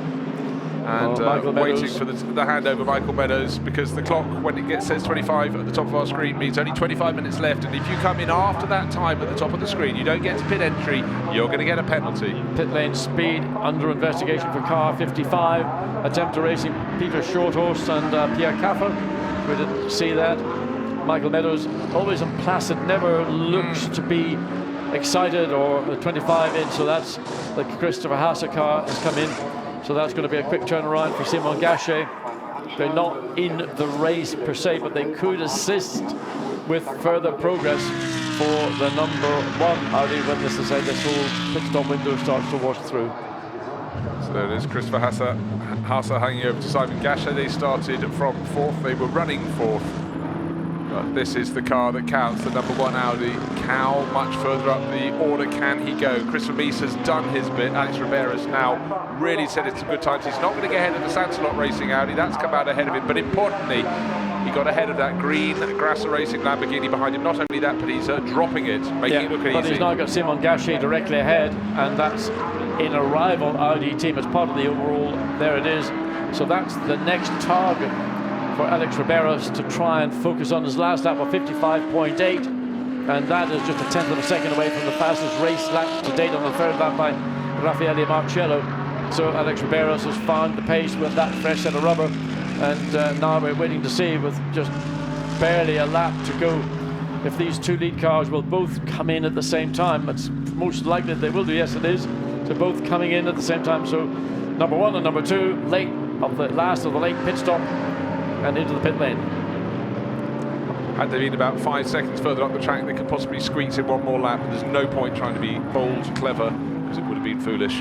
And so the 2 Mercedes, Luca Stoltz led the way from pole position, being chased all the way by Raffaele Marciello, and they come in together. But how good are these pit stops going to be? How many more places can be gained by the number 1 Audi while they're out on the circuit? I don't think it's going to come out ahead of these 2 come down the track, but he's got to just keep his eye on the next target up the track, which is waiting for the pit stops to be finished. We've just seen Robin Freets going back. Last few cars coming to make their calls, including the Pro-Am leader in this race. Doesn't look like those are brand new tyres to me. They look like they've had a run. So the 88 comes down off the jack. It can't go until everybody's behind that yellow line. So it's rolling. So where's the number 6? It's sitting still up on its jack. So is this a pass? Again, it's a free pass in effect for the 88. Now it comes out behind. So good job by the ACA ASP team. Black Falcon a little bit behind in terms of overall pit stop time, and that's going to give the lead effectively now to Michael Meadows. It's his job, it's his race to win, but it's his championship to lose potentially. Look which Audi is coming well. Looks like the Attempter car is just going to squeak out ahead of Alex Riberas. Down to turn 1 goes the 66 car, so Riberas, by my reckoning, I think that puts him up to 5th place overall. We'll just look for the final adjustments after the last cars make those pit hauls. He therefore needs to gain 1 position. There's the target right ahead of him, the 66 Attempter racing car. Stijn Schothorst, the young Dutch racer, has taken over from Kelvin van der Linde and hasn't left the door open there. Has to cover it for the next few corners. Yeah, I think Alex Riberas thought there might have been a little, give you a bit of space to come up the inside, but that door closed. So now for Alex Riberas, it's going to be a battle with a similar car which has got identical performance and basically identical lap time. So this is not going to be easy for the Spanish driver in the number 1. He's going to have to do it earlier than try and do it later. And if you miss your opportunities on these opening laps when somebody's done that driver pit stop change, then that opportunity's gone for the remaining part of your stint. So pit window still says it's open. I think pit window moment has passed. Everybody has made their pit stops. And now it's a question of how many places can be gained. In 5th at the moment, the number 1 Audi needs to be 4th. Looking to go off the inside into turn 11, but wasn't really far enough up to make it a viable now. Coming through turn 12 up the inside again. Maybe should have hung a bit higher and then tried to make the cut down and get the benefit and the exit speed. This circuit really is more about exit speed than being quick in the entry to a corner. So now he's got to be patient. He's too far behind to try and have a move up the inside into the chicane, and again just has to be patient. More about preparation, get the car positioned coming into and then through and the exit of this final turn. There is our race leader, there is the 2nd place car, there is the 3rd place car. And 4th and 5th, you can hardly see the 5th place car. That's the car that's leading the championships, Alex Riberas, but he's not leading at the moment. Will Stevens just come in. Problems for the number 2 car. It had that puncture on the opening lap. That's its 3rd visit to the pits. I think it's over and out. They played their role or tried their hardest. It didn't quite come off for them in trying to keep Raffaele Marciello back at the start as they jostled over 2nd position. So Marciello leading the race. At the moment, he's advanced 3.2 seconds over Hubert Haupt. I expect that to go out. Haupt is a Silver Cup driver. Then Simon Gachet in third place, Dane Schothorst in fourth, and Alex Riberas in fifth. We're riding with him now. At the moment, he's getting no change at all out of the Dutch racer. And you're not going to get any change. They're two separate teams. They all run under the family of Audi. That incredibly successful, the brand and GT3 Blancpain Sprint and Endurance. But they're racing for their own position in the championship. They're not obliged to. Now, if they got a call from somebody in WRT to say, look, we can win this championship, it's good for everybody in the family, would you make it a little bit less difficult than you're currently doing? I don't know what the outcome of that would be. Don't want to even go there, to be honest, Bruce. No, absolutely, John. So still the fastest lap of the race with Raffaele Marcello. Don't expect any quick times for a while, but if they were going to come, I would suggest they'd be coming sort of now from the number one car, but Alex Riberas has done quite a few laps on these tyres now. Yeah, they were a new set when they were on the car, but what is interesting, he gives a big lift going into the Schumacher S's. Now that's fundamentally the consequence of running behind this number 66. He's just losing a little bit of aero on the nose of the car, and he therefore loses momentum. Okay, look at the graphic on the screen. As it stands, Marcello and Meadows leading the race. Meadows will end, if they stay like this, as champions by 1.5 points from Alex Riberas and Christopher Mies. But if Christopher Mies can, his teammate Alex Riberas can gain one more position, then it'll go back to being absolutely level all over again. So again, for Alex Riberas, he's got to focus on this particular part of the circuit. He needs to get himself to be slightly better off turn 16, because if he's following essentially what the 66 Audi's doing, he's going to follow at the same speed down the hill into the braking zone. Dane Schothorst has already responded because that was his fastest lap of the race, but it looked like a better exit from turn 16. The final corner, we certainly seem to be gaining as they cross the start-finish line in front of our commentary position. Something's going on, a call. Vincent Voss. Voss the boss is going to talk. Well, I wonder, I mean, that's not a call of nature, I can assure you of that. So probably something more of a political, would that be a walk down to a Temto and say, listen guys, I mean, the best person to do it is the boss of the business. Go down and speak to the boss of a Temto Racing and say, look at the big picture, look what's going to be the future, what we've got coming. Well, or maybe it was a call of nature, maybe I'm being disingenuous. Well, it could be. If he has the full half-hour argument, it'll take too long. If it's just a 5-minute chat, then there's still a chance that it could bear fruit for the number one crew of Riberas and Mies. Riberas doing everything he can, but at the moment it's not enough, and the car's really understeering a little bit through the corners there. Just noticed, John, again, as you pointed out, stuck in behind the Schothorst car in the slipstream. It just doesn't help. You have the air off the nose of your car. I mean, you may have a little breathe coming into the Schumacher S's, but that's a full-off lift from Alex Riberas, so he can't maintain the advantage or the momentum that he had coming up the hill. He's got to get out of it, and therefore the bit from the exit of the S's up to turn 11, where you do see overtakes take place. It's not common, but it is possible if you get that run and you've got the momentum, but Alex Riberas not able to do that. So just to reiterate the points at the moment, if one place can be gained by Riberas, we're watching him trying. He has to get up to 4th place. He'll be equal on the same score as Marcello and Meadows, presuming they go on to win this race. Not a given, but that's how it's looking at the moment. But by dint of having 3 wins to what would be becoming 2 wins for Marcello and Meadows, they would take the title. That is the number one Audi crew. Alex Riberas at the wheel and Christopher Mies sweating it out in the pit garage at the moment. The pit garage that Vincent Voss, the team boss, has just gone running out of the back off. He's got someone to see, a question to ask, we presume. Well, is he, what's going on? And here's the Temto garage. That's not his team. Have they run away? We will see. Are they playing hard to get, or has he had the words? I think even the body language didn't suggest they were words that were responded to. It didn't look positive, you have to say. I think, Bruce, you got that one spot on, and you'd have to be pretty swift on your feet to catch Vincent Voss, both on the way down and then the way back up to his own pit. So this is going to be a position that's going to have to be won on the racetrack. And right now, Steen Schoenhorst is doing a sufficiently strong job. And you can see in the last lap, the gap, or the gap is just 48/100ths of a second, but the best is 7/10ths of a second. So the number one Audi is fractionally the quicker of the 2 cars in a lap. But as we keep repeating, you get behind another car and it controls your pace. Okay, and even look, Hubert Haupt, who is the silver driver, and he's done a great job. He's hanging in there with Michael Meadows, who's a full-on pro. And Simon Gachet is now closing up to the back of the 2nd place Mercedes. That's only a 2-second gap. Well, Vincent Voss still on the prowl, going back to the pit wall. No, he's going to find, is that the Santalog pit wall he's going up to, or his own? Is that Thierry? That's his own pit wall. Thierry Tassin turning to find out what has occurred down there. But just want to point out that neither of the Mercedes in the lead of the race, first and second, are lapping terribly fast. About half a second a lap, if not slightly more, down on this pair of Audis. Well, interesting, on the last lap, Hubert Haupt was actually slightly quicker by 0.3 of a second than Michael Meadows. Michael is a pro driver. Hubert Haupt is not a pro driver, a very capable and accomplished driver. So those two cars, and they've only got between first and third, it's only 4.5 seconds. Okay, 4.5 seconds is better than 0.5 of a second, but I would have imagined that the 88 might have been able to pull away more comfortably.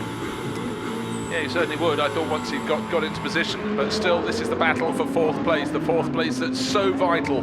Belgian Audi Club Team WRT to the championship hopes. The very essence of this final race of the 2018 Sprint Cup. They need to get the #1 car up into fourth place, and for now it stays blocked up behind the Attempto Racing number 66 Audi, a team at the last 11th hour coming into this year's championship decided to move across to Audi. They took a victory in the second race of the opening round. Steenschot Horse, Kelvin van Linde, very, very strong pairing, and they're trying to do their best to prove they're the top Audi team. The gap between third and fourth, or fourth and fifth place, is half a second, give or take 100th or so, here or there. So I think Alex Riberos has begun just to creep slightly closer, but the overall pace of the two cars, for all intents and purposes, is identical. And even if he does get within 0.3 of a second, then he's still got the problem of where am I going to make the pass? A little bit wide on the entry into the Schumacher S's for the 66, and again there's little tinks like that give you the sense that maybe his tires beginning to give up, the left front maybe beginning to give up, maybe there's something about the overall handling balance that's not quite as good as it was at the beginning. So those are the little tells that Alex Riberos will be looking for from the rear of the 66 Audi. Yeah, certainly looking at their lines, far more precision through turn 12, the right hand that goes into the dip that drops down before you rise up to the chicane. So he's going to be trying to build on those tiny little advantages, but you need a fair advantage to be able to really stand a strong chance of making a passing manoeuvre. Nice exit for Steen Schoenhorst, gets a late apex, which is what you really want. Here's Chris Reinker of Audi, just coming out to have a little talk to Van der Vos, but look, the clock on the top of the screen, it's tumbling down, just under 16 minutes remaining, so negotiations are going to have to be very rapid indeed. The gaps continue to come down. Riberos and Stotthorst, well, they're catching the overall race leaders, but right now it's just about this one position that really counts. Yes, and that's a heavy-duty meeting that's going on right now on the WRT Audi team pit wall, because if the championship is lost, where you can always work out a deal. I mean, motor racing has always had great wheelers and dealers. Sometimes you look at the big picture or you look at the immediate picture, and I think this is looking at potentially a big picture.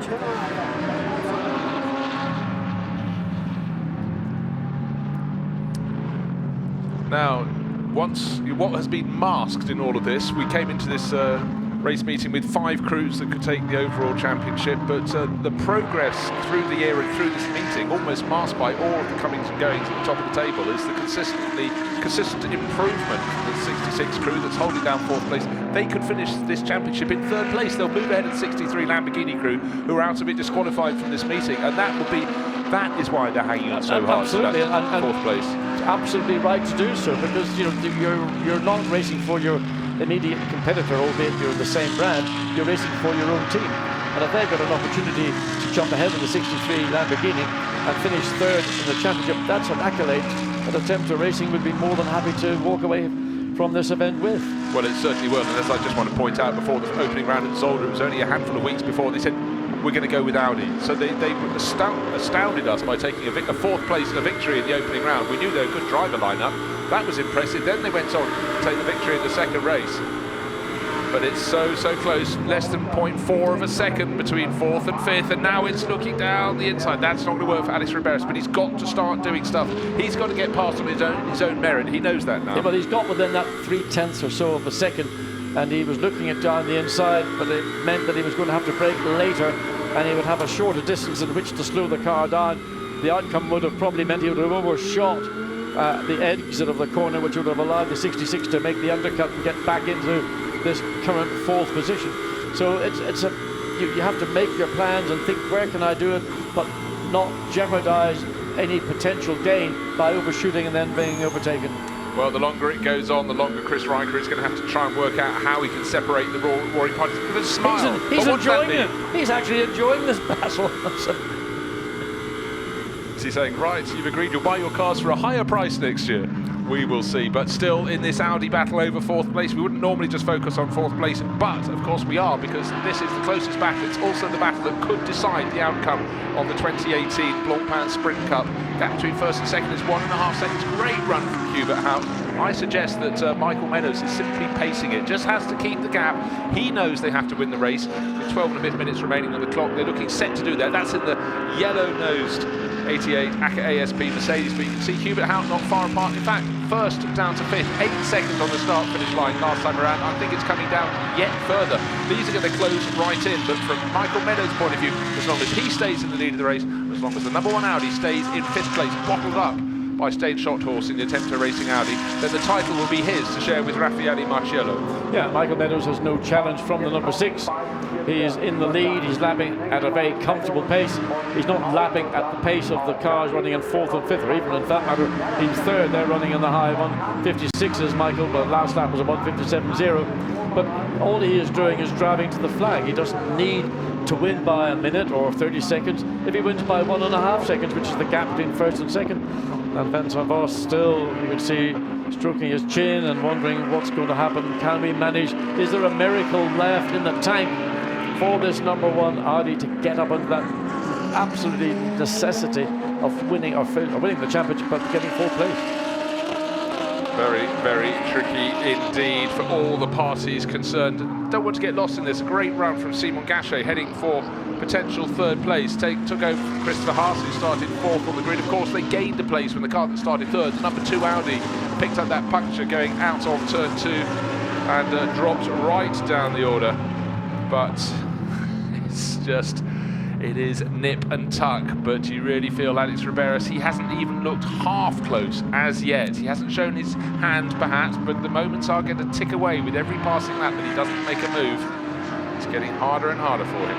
Yeah, and up through Schumacher S's, and look, Raffaele Marciello on there. Well, he's not playing Game Boy or something like that. He's obviously focused. He realizes the camera's on him, so puts the phone down and is studying the timing and scoring. There is the situation between 1st and 2nd. It's been around 1.5 seconds for the last number of laps, but there is no pressure on Michael Meadows. This is in effect a very comfortable Sunday afternoon run here at Nurburgring. 3rd place Audi is gradually closing down. I mean, Michael Meadows' lap times are still within a few tenths of the pace of these battling Audis for 4th and 5th place. Watch and see, can Alex Riberas get closer, needs to get really on the throttle as early as possible, runs wide on the exit, has to correct the rear of the car, but in the slipstream, this might be the first chance. Looks too far from the onboard camera, but that's a wide angle lens, tends to make distances look greater than they are, but decides the better of it, and no, I can't do it this time. 10 minutes of this race remaining, Bruce. And one good thing, there aren't any back markers who seem to be in the way, who are even fallen back far enough to be lapped, that will obstruct this passage. It's an out-and-out race. Don't forget also for Raffaele Marciello, he's leading the overall Blancpain GT Series as well, and spread across the Sprint Cup and the Endurance Cup races. That was about as close as these two cars have got coming through turn 3. Alex Riberas thought about sending it down the inside, but the penalty is you're on the wrong part of the racetrack coming out of turn 4. So time running out 9.5 minutes. That half minute's gone so quickly. So Audi are going to be wondering whether there will be any cooperation between the respective outfits, the Attempter Racing and WRT. You know, there could still be... There can. It could be done on the last lap. We could do there be not a joker know. in the race? Could there be? But what we see at the moment is Michael Meadows is leading, sitting on an advantage of 1 and a bit seconds. But there is the championship as it stands. Marciello and Meadows, that would fine. They had to take victory. They're heading for victory. No challenge, but a good push from Hubert Haupt. But it's the 4th place that's required by Riberas and Nies. If they do that, they'll move equal on to 98 points. But by dint of having 3 wins to what will become 2, the 88 Mercedes crew of Raffaele Marciello and Michael Meadows, they will take the title. It's that close, but this move has been, we've been watching and waiting for it for a quarter of an hour now. It hasn't happened. No, and I mean there are periods of just on this last lap through turn 3 where Riberas got really as close as I've seen since he took the wheel of the number 1 Audi. Again, closes up fractionally. And we go back to the WRT pit, on the pit wall, and conversations going on thick and heavy between engineers, team principals and managers and whatever. Again, not sufficiently close to think about a lunge down the inside. You probably would end up doing more damage. One thing you wouldn't want to do at this late phase is lock up a wheel target, a massive vibration, which would really destroy any prospects of having a chance to take 4th place. So nail-biting times here as we're deep into the final 10 minutes of the race. 8 minutes left. And the number 1 Audi still chasing. Raffaele Marciello still staring at the screens. His car is most likely heading for victory. Adam Christodoulou offers his comments from aside. He did the first half of the race. He kept for quite some while that number 1 Audi behind him, did his bit, but then with a bit of, how should we say, inter-Nissan, well, not even inter-Nissan back, a little help from another team WRT car who was bottled up behind Robin Freitz, possibly even hit the back of him. That allowed Christian Mies to gain 2 positions around the 2 of them. And that's what enabled him, plus a very good tactic, a good pit stop to come out into 5th place, just behind the 66 Tempo Racing Audi. But he stayed there ever since. Had he been another half second further down the track, he might have got ahead just before Stone Shot Horse could get up to speed coming out of the pits, but there he is, bottled up, 7 minutes remaining. I mean, it is frustrating for Alex Ribeiro to be, he knows he needs to get into 4th place. He knows the only way he can do it is just by being quicker than the car is following the 66 Attempto Audi, but he equally knows he can't do something that's reckless that would involve possibly contact and therefore the potential of being penalised for unnecessary contact. Lap after lap after lap. Shot Horse holds on to the 4th place that Alex Ribeiro so desperately wants and needs to take this title. He wants the number 1 on the door of his car to be echoed by number 1 in the championship table. But at the moment, as Vincent Vos goes back to the pit wall, we still don't know what's going to happen. What we do know is Hubert Haupt is running an excellent race in that blue Mercedes, but leading the way by, it was only just under a second now, down on Michael Meadows. Michael Meadows pacing it out. Raffaele Marciello still not sure what's happening, but he just knows his car has to win this race. What happens behind, totally out of their hands. And between Haupt and this battle between Shot Horse and Ribeiro, Simon Gachet 3 seconds down on Hubert Haupt. So the top 4 covered by, top 3 covered by just 4 seconds. It's very close. In fact, the top 5 covered by 8 seconds. But there it stays. I would say the only hope that now that Alex Ribeiro would have is if we had a field that was double the size of this and getting into the lapped traffic. But the car directly ahead is a competitive car running in 3rd place. So that's not going to be any asset either. So it's just simply now Alex Ribeiro's, you've got 5.5 minutes to get the job done. It's in your hands. So it is. Thank you very much to Watty, who's going to scale bridge and slide down ladder or pole or whatever to get to do the post-race interviews. Who he'll be interviewing as the overall champion remains to be seen, but I'm sure it's going to be very exciting down below Parc Fermé. So Watty heads off at great speed. Great speed is being shown now by Hugh Haupt. He's getting closer and closer. 0.955 of a second down on the race-leading Mercedes of Michael Meadows. Here comes the 3rd place car. Sancelot Racing entry of Simon Gachet, and then this is the critical battle, 4th and 5th place. In fact, being caught by Ezequiel Perez Companc, I fancy, over the last couple of laps. But the number 1 Audi riding on board now with Alex Ribeiro. So that needs to get ahead of Stayne Schottholz. He hasn't managed it in nearly 20 minutes. So with under 5 minutes on the clock, he has got to make his move very, very soon if he wants to take the the Sprint Cup title, which he so definitely does.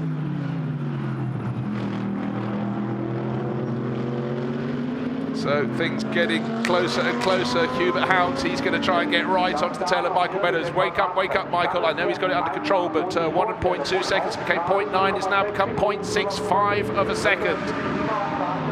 And imagine as we have these confusions between the Audis, who's going to help who is not going to help who. Certainly if the Black Falcon Mercedes, a dive up the inside, the door has been left open by Stayne Schottholz. I think the word may have been had because he wouldn't have been caught napping like that, but he's fighting back, so maybe he was simply half asleep, but it was a brave dive. But don't forget, that was the very corner where the number 2 Audi had a clash side by side and picked up a puncture in the first lap of the race. Down the inside comes Ribeiro. He's got desperate. He's pushed the 66 car wide. Was the contact? I do not know, but certainly I can't understand why it was all so easy down at turn 1. But again, Stayne Schottholz fights back. Maybe this is for real. Let's hope it is. And certainly Alex Ribeiro is doing his utmost.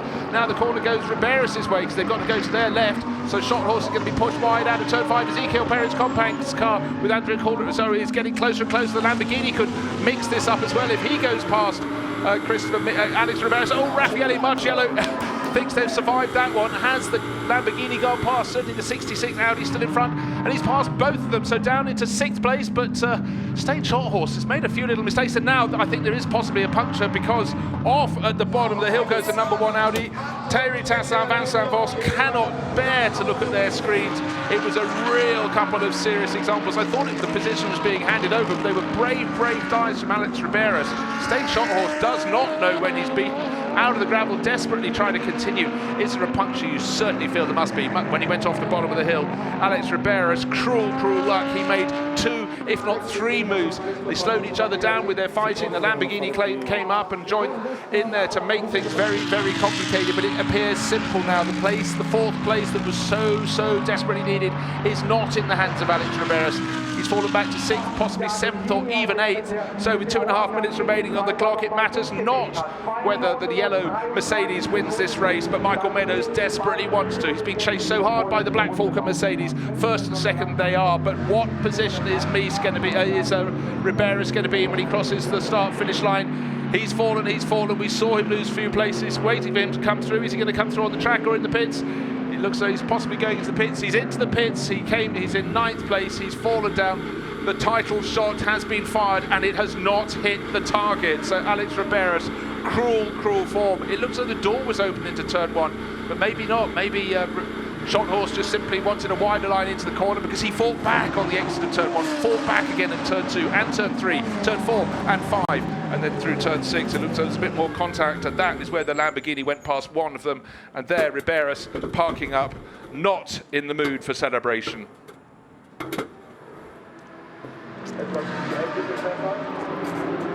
You have to feel for Riberas. He waited, he tried to find his moment, and then in the dying minutes he made his moves. He attempted to pull it off. A pat on the tail for him and applause. He gave it his all.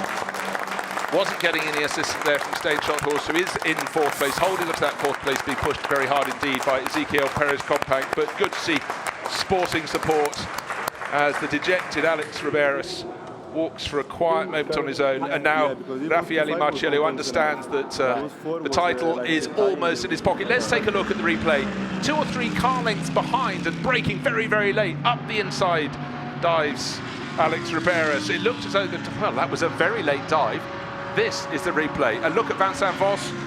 He is leaping up and down on the wall. He thinks that is, he thought it was working his way, then it wasn't, and then keep a look at his face. Diving up the inside goes Riberas into turn number 3. He gets through. The place is his. Stain Shorthorse is over and out. No, he isn't. He's got a better run through turn 4. It's going 1. No way. It's going back the other way all over again. At this point, you still thought he's the number 1 Audi's in the right position to take the 4th place down into turn 4, but Stain Shorthorse refuses to back off, and then suddenly the number 19 Lamborghini is in the mix as well, and then Shorthorse out of turn 6 is back in front. The Lamborghini goes through as well, down to the bottom hill. Raffaele Marciello watches that live, and then down to the bottom hill, possibly with the puncture that's brought him back into the pit lane. The Audi just simply cannot get into the corner and goes into the gravel, kisses that, and at the very moment the Lamborghini is passed back by the 66 Audi. How much drama do you want? The clock has beaten to the top of its path to the top of the clock. We're waiting as the 2 Mercedes at the front of the field come round for the final time. Hubert Howard's having a fantastic run. Michael Meadows has done just enough to deliver the victory the ASP Mercedes team knew it needed in this race. Come what may, they said it's simple, we have to win the race. They are going to do that. Raffaele Marciello cannot start leaping up and down in the ASP garage just yet. The final part of the lap still to be negotiated, but it was the question of whether Riberas and Mies could get the number 1 Audi up into 4th place. By golly, they tried, and it didn't quite work out. So much drama in this last lap and a half, but right now Michael Meadows can relax. The team will have radioed him coming into turn 12, down the dip, up through the chicane, up to the final corner, and the Sprint Cup title is awaiting you for 2018. What a championship this has been. Started at Zolder, went to Brands Hatch, Misano. The Hungaroring races were in the wet, and now in perfect conditions at the Nurburgring. The rumbling sound of those 2 Mercedes AMGs, and importantly the one in front is the yellow and grey one, the Race Scout car from ACA ASP. Michael Meadows coming round. They won the 2nd race in the Hungaroring. They have won the 2nd race here, and with it the title for 2018. A brilliant run to 2nd place. by the Black Falcon crew, and for Audi it could have been their day. It so nearly was, and you really do have to feel for Christopher Mies and for Alex Riberas. They gave it their utmost, but with that fighting, feisty, never say die fourth place for Attempto Racing, Stain Schotthorst, building on the work done by Kelvin van der Linde, has ensured that Audi from the team WRT camp do not have a driver with the Sprint Cup title this year. So Michael Meadows will be savouring the moment as he comes home for the 88 ACA ASP Mercedes crew. They, let me reiterate, are the 2018 Blancpain Sprint Cup champions. They fought hard, they were the underdogs, and the Pro-Am winner and champion. Not winner on the day, that was the 333 Ferrari, but taking third, that was all they needed to do. Niels Stevenart and Marcus Winkelhock, who started the race from the pit lane to make sure they weren't caught up in any first lap trouble. They secured it. They came here in second place in the Pro-Am Championship, led all season by the TP12 Kessel Racing Ferrari crew. But yesterday, Piti Bhirombhakdi knocked out of the race. He's just crossed the finish line now. It's been a cruel shame for the Thai racer, but eventually ends that championship in third place, in second place overall, third here on the day in the Pro-Am race. So the Rinaldi Racing Ferrari won that. That was the car that assaulted Piti Bhirombhakdi down at the hairpin yesterday. But to Mercedes and ACA ASP and the 88 crew in particular, that's Raffaele Marcello and Michael Meadows, bring it home. Today is their day. This is their year. Raffaele Marcello still has another Blancpain prize. He'd very much like to win the overall GT title for this year, spread across the combined Sprint Cup and Endurance Cup rounds. But the focus this weekend was this one, the Sprint Cup, and they have nailed it. Good job. Good job all around. 19, you can see bearing the scars of battle. I think that was actually where the 66 Attempto car fought its way back at the hairpin to resist the challenge of Ezequiel Perez Compact to make sure he held on to that fourth place, and that would tally, went up the inside, so would have hit driver's side of the passenger side of the car. Wow, so much drama. And in that we had two Lexuses in the top 10 as well. So look at the results. Half a second was the margin of victory. It could have been 0.01 of a second as far as Meadows and Marcello was concerned. They needed the win, they got the win. Great chase by Hubert Hout and Lucas Stott. Simon Gachet, Christopher Haas, they'll be on the podium in third overall, just 5 seconds down. But Stain Schotthorst and Kelvin van der Linde really fighting drive. They did their everything to keep the number one Audi behind them. The number one Audi that so needed that fourth place to take the title. It came to a clash, it came to a puncture. And for Alex Riberas, back to the pit garage, back to despondent life. But for no such despondency for Raffaele Marcello, tall Italian, leans down and just can't wait to yank his teammate out of the car. Michael Meadows, they won in Hungary, they've won here as well. And yes, that meant a lot for him. The pressure was heaped on the British driver's shoulders in the second half of the race. He had to make sure it came home, and come home it did, for the victory that was so needed. Waiting for Michael Meadows to put his helmet off. We've seen the facial expressions for so long for Raffaele Marcello, but what is down there? Lucas Stoltz is there congratulating the winning crew, but Michael Meadows and Raffaele Marcello, the 2018 champions. Michael, fantastic. Congratulations to you and Raffaele. What a lovely day.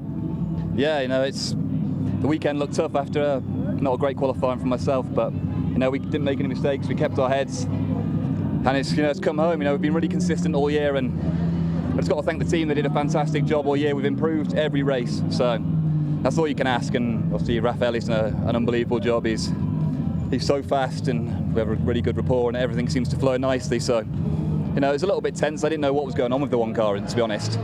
I saw something on the screen, but I didn't know where they were. So, yeah, the radio silence was intriguing at best. Well, great job. Raffaele didn't get the lead at the start, but you're never really too concerned about the number 6, were you? Because it was in a different race. I mean, Luca had a good start. I was able to keep P2. That was quite important for us to stay in front of the Audi. Then, yeah, I tried to stay as close as possible to Luca, and because I knew we had a good pit stop, so we entered in the pit really close. Then was just to see where the car number 1 was going to finish the race. I mean, we had a bit unlucky weekend with the penalty of Lambo. We lost quali, pole by nothing, so we lost many points not for our reason. So I mean, winning the sprint championship with Michael, with ACA, with Mercedes, good points for the overall. So I mean, I'm super happy. Well, I think you're going to the big news story in Italy tomorrow, not your fellow team.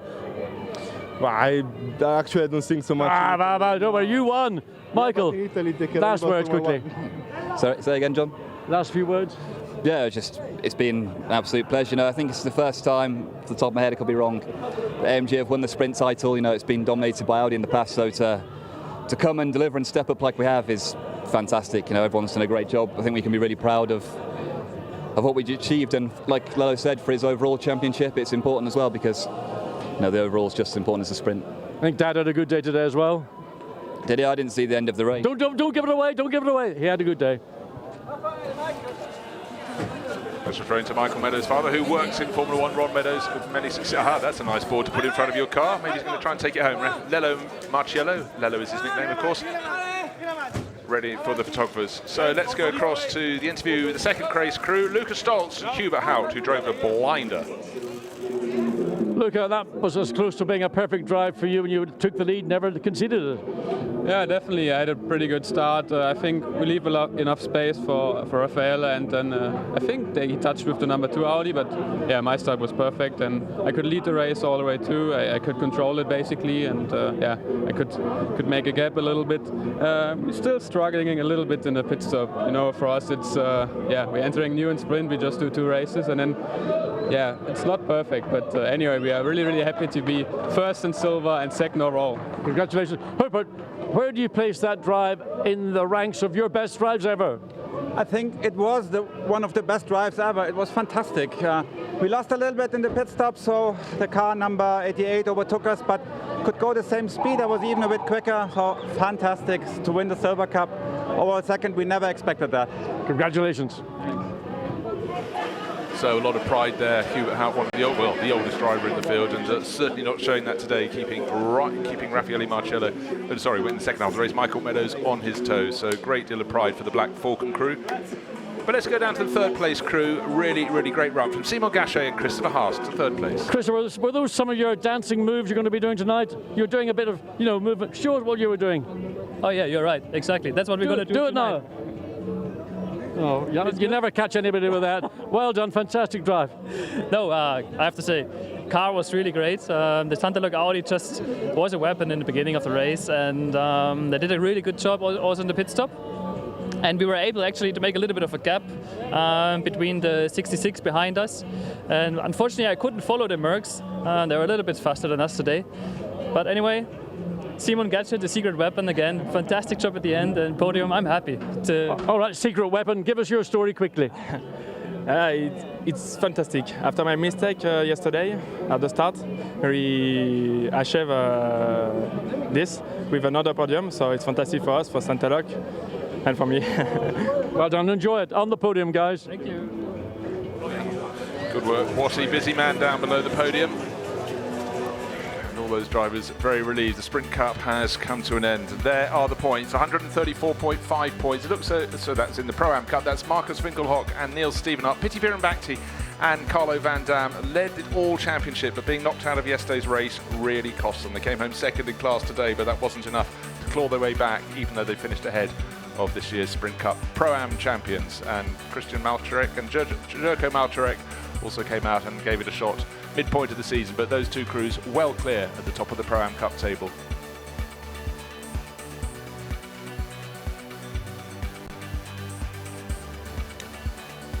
There we have it. Overall points, 98 points. So it looked like a big victory, 7.5 points at the end, but that was only in the final lap and a half that it went their way, because hunting them down, Alex Riberas knew he had to get 1 place. And as you can see, Van der Linde and Schothorst in the final race, the last round of the Sprint Cup, moved ahead of Dries Van Tor and Will Stevens and Mirko Bortolotti and Christian Engelhardt to vault into third place overall. So that's why Stein Schothorst was fighting for every single inch he could find out on the circuit and held on to that 4th place to the finish with quite a fight. But overall for 2018, the Sprint Cup belongs to Raffaele Marciello and Michael Meadows.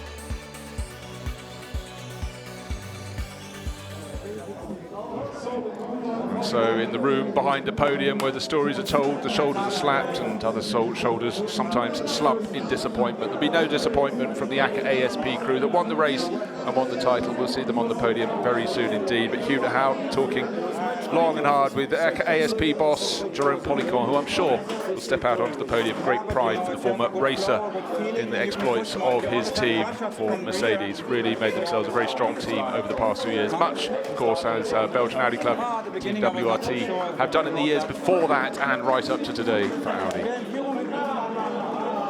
Tall figure of Jack Manchester coming up to congratulate he and his teammate Nico Bastian, who's behind, talking to Jerome Policon. Took the Silver Cup. They were so far ahead of points that they won it at the last round at Hungaroring. Didn't need to deliver today, which is a good thing, bearing in mind they had a gearbox problem and started several laps behind everybody else.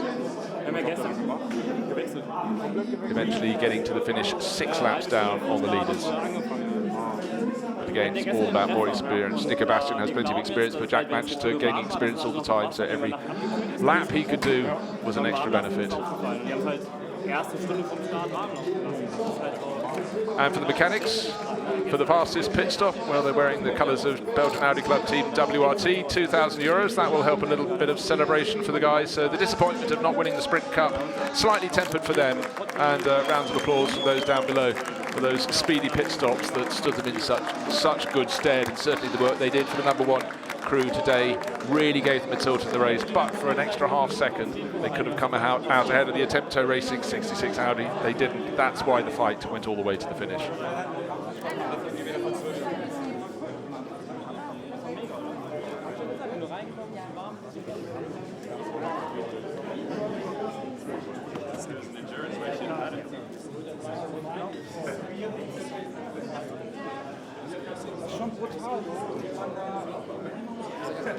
Still chats aplenty, but we're waiting after the mechanics have been presented with their trophies. They're now off the podium, waiting to see who is next called out. But the last podium ceremonies of the 2018 Blancpain Sprint Cup. Highs and lows here, plenty of drama, plenty of tension this weekend at the Nurburgring. But just in case you just arrived to watch the end of the broadcast, Raffaele Marcello and Michael Meadows didn't find out, but Marcello knew in the pit garage with a lap and a half to go when the #1 Audi lost position, went off into the gravel down at the bottom of the hill. They weren't going to gain the places they needed to usurp them, and so they are the champions as well as being the race winners this afternoon here at the Nurburgring.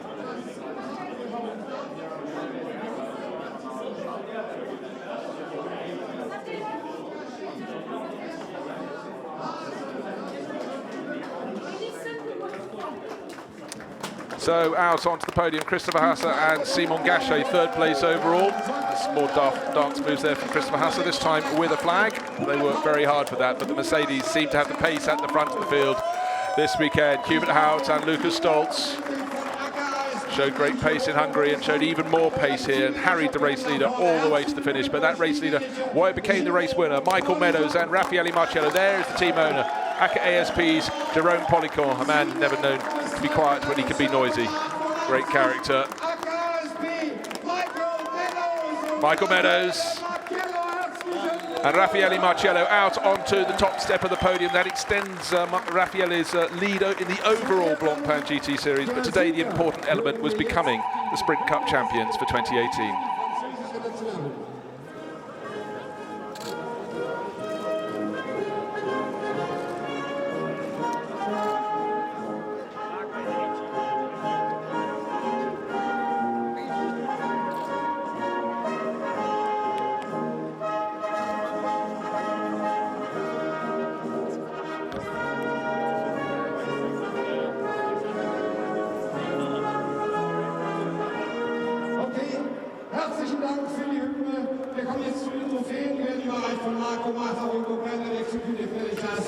So Pirelli winners' caps back on and the trophies coming out to be presented.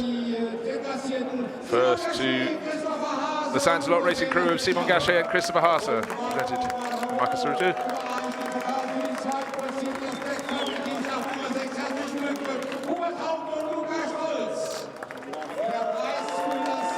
Lucas Stoltz on the left and Hubert Hout with green flashes on the shoulders of his black overalls. They took second place, just to reiterate, just half a second down at the end of the race. Half a second was very, very critical though to Raffaele Marciello, who's shrugging his shoulders on the top step of the podium, and Michael Meadows, because they did enough to take victory, the victory they absolutely needed this afternoon. Golden trophies for the Golden Boys.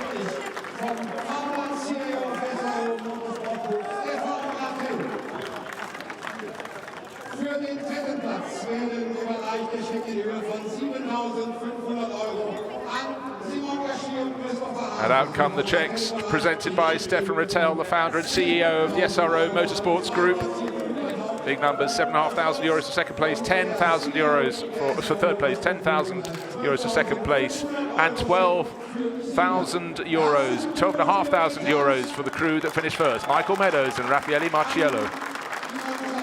Plenty of applause from beneath the podium. Sun still shining here at the Nurburgring. It's been an enthralling weekend of racing, and we know this year's champions. They're standing on the top step. They're all given little cans of drink when they went up there. They thought that might be having to replace the champagne, but no, the ceremonial spraying started in 1967 at Le Mans by Dan Gurney. Continues. It's now such a part of racing. The photographers love it, unless it gets them in the camera, but real celebrations up there on the podium, and I think plenty more celebrations to follow tonight, led no doubt by the man on the left, the team boss, Jerome Policon.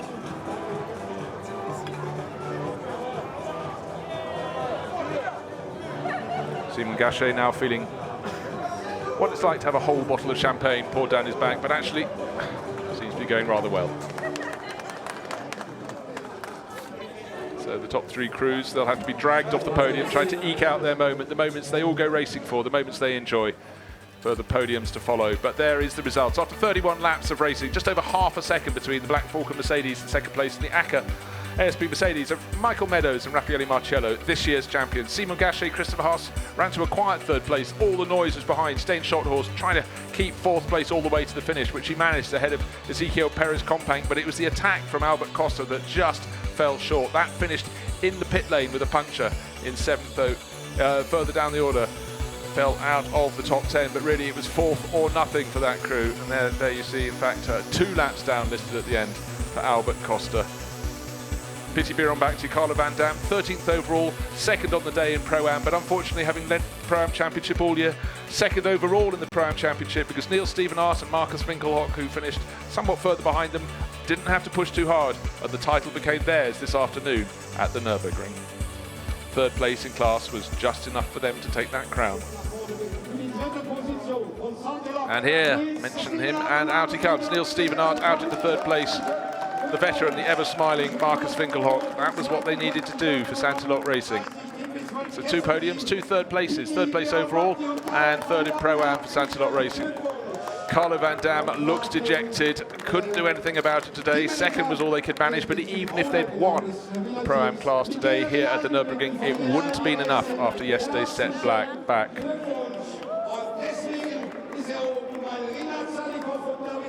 And we're waiting for Rinaldi Racing's duo to come onto the podium. Rinat Salikov and South African David Perel onto the top step, shaking hands. I'm not sure they would have felt maybe like shaking hands quite so much yesterday after the clash, but they take the top step, having dropped into the championship this weekend.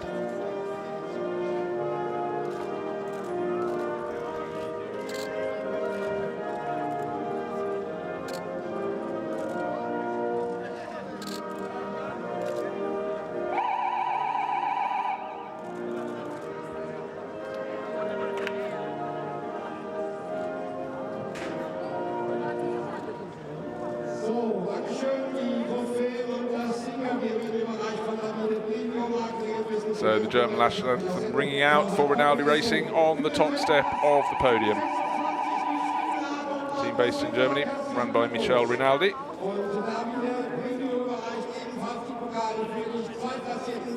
Davide Brivio from Assetto Corsa Competizione, the fantastic game based on the Blancpain GT Series that was launched this weekend. Unbelievable graphics. Take a look at their website, take a look at what is coming through the Steam mechanism, being released in stages, but it really is unbelievably realistic.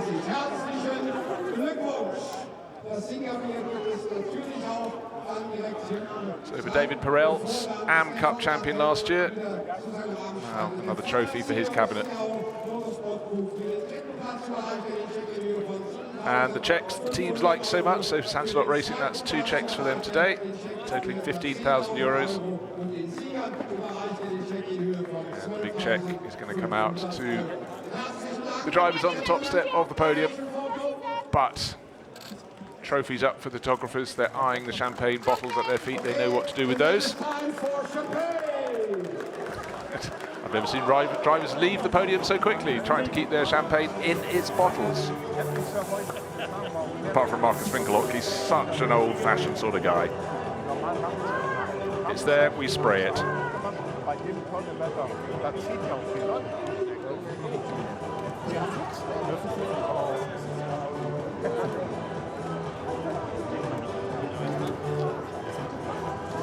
So the Nurburgring Castle looking fantastic in this autumnal sunshine. It's been a fabulous weekend of racing here at the Nurburgring Grand Prix circuit. It was going to be the deciding event for all of the championships in the Sprint Cup. And there we have Marcus Winkelhock and Neil Stephenhart. Third place today was enough to clinch them the Pro-Am Cup, taking it away from Piti Bierenbakti and Carlo Van Dam. It was only 3.5 points between them when they came here, but it was the Thai and the Dutch racer who were ahead. And this afternoon they've ended up behind.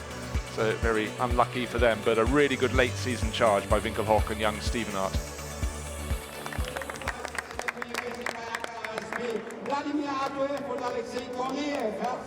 And the crews coming out onto the podium. First of all, the 37 3-wide technology crew. Lucas Morais from Brazil and Dennis Dupont on his debut in the series, a young Belgian racer from TCR. 35 crew in second place, the Russians Vladimir Atoev and Alexei Korniev. There they are, and onto the top step. Second overall, almost a victory, an astonishingly good run in the Silver Cup class for the number 6 Black Falcon Mercedes crew of Hubert Hout and Lucas Stolz.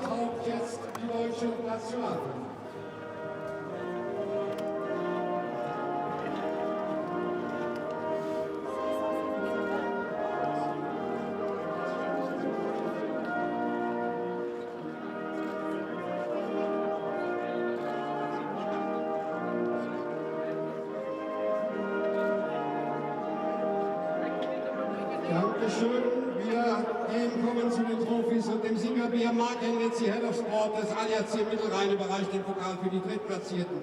Herzlichen Glückwunsch, 3-Wide Technology, Lucas Morais und Dennis Dupont. Der Pokal und das Siegerbier für die zweiten Platzierten wird von Mark Henritzi überreicht an Vladimir Atoev und Alexei Korniev von SMP Racing. Herzlichen Glückwunsch.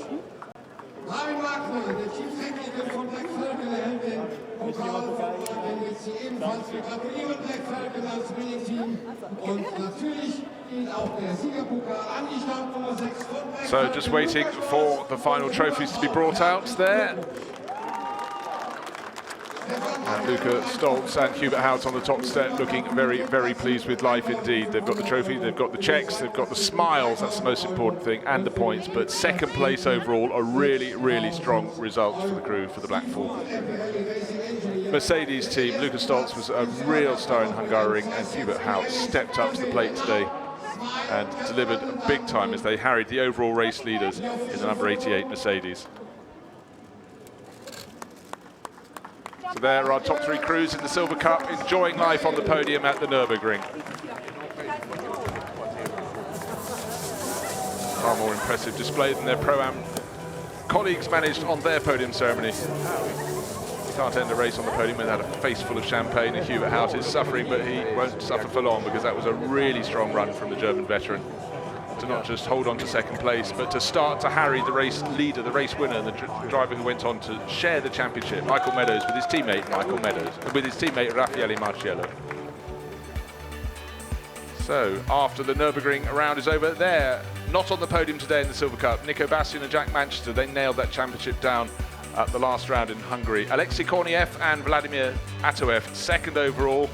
They were second today, but Lucas Morais rising up. He was third today in class and ends third overall, but certainly plenty of faces down there, of whom you'll see a great deal more. The late season flurry, once Hubert Hout joined Lucas Stolz, moved them up to 7th place overall, but it was the place on the second step of the podium for overall honours here today that really put the smile onto their face. But the Silver Cup, very much an important element of this championship.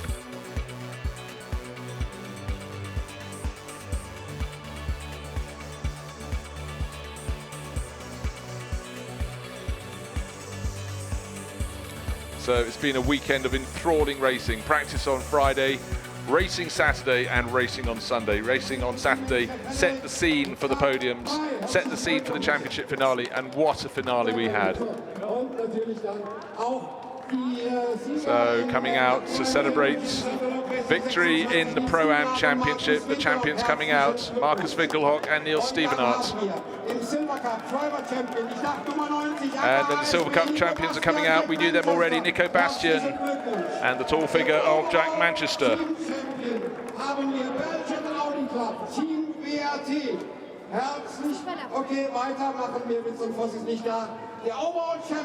And the overall champions, we know their identity now. We didn't until the final minutes of the final race of the season. Raffaele Marciello and Michael Meadows for ACA ASP welcome them back out, along with their team owner, ACA ASP's Jerome Policon. Meadows out first, Marciello out second.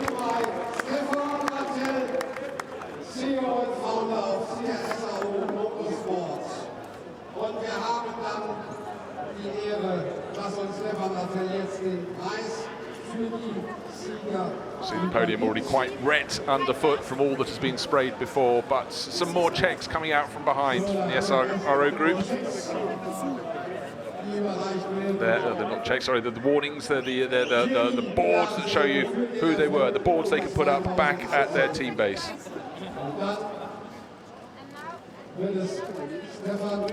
So the tall figure of Raffaele Marciello on the top step with the shorter figure of Michael Meadows. And there is the trophy they've been aiming for, the Champions Trophy, the overall trophy for the 2018 Blancpain Sprint Cup. Raffaele Marciello has his eye on another trophy as well, the overall Blancpain GT Trophy, but they will have to go down in 2 weeks' time to the Circuit de Catalunya in Barcelona to see if he can land that. But today, this weekend, this whole past week has been spent focusing on this, the Blancpain Sprint Cup, and it's gone the way of the Italian and the British drivers up on the top step of the podium.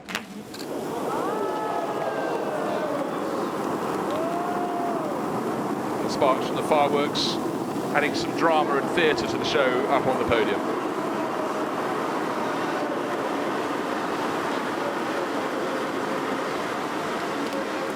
And then the fireworks will not be the only thing spraying. Michael Meadows quick to get his bottle uncorked and spray the champagne up on the podium. It's been a really, really strong weekend for the crew on the top step of the podium. But I think we have to take our hats off to a fantastic chase from Alex Riberas, who tried to reward Christopher Mies, his teammate, and the Belgian Audi Club Team WRT crew by taking the title. It was swinging backwards and forwards. Only with a lap and a half to go did we know the outcome of this year's Sprint Cup.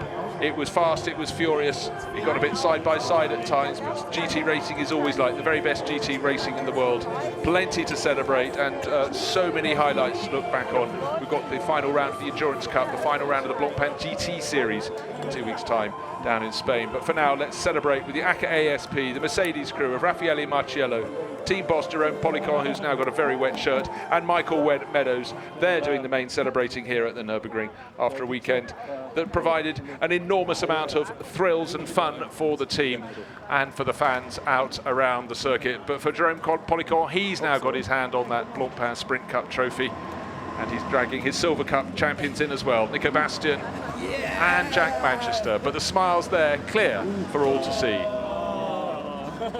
So let's take a look at the highlights. It seems long ago that Luca Stoltz led away and held down pole position. Raffaele Marciello tried to go around the outside. The number 2 Audi challenged around the outside at turn 2. There's a bit of a clash, and that led to a puncture. It was further sorting out by the time they got to turn 4, and there was where number 2 went off the circuit yet further. The puncture actually could also come from that incident down there, but incident was cleared with the officials and the race went on. The number 2 came into the pits, but that was a move. The number 17 Team WRT Audi backed up Adam Christodoulou, and around the outside into that vital 7th place at the time went Christopher Mies. He needed every position he could get. The number 3 Audi, Ricardo Feller, got some hoarding on his nose, drove around for a lap, that overheated the engine. Now here's the pit stop, very, very tidy pit stop. Christopher Mies out, Alex Riberas in.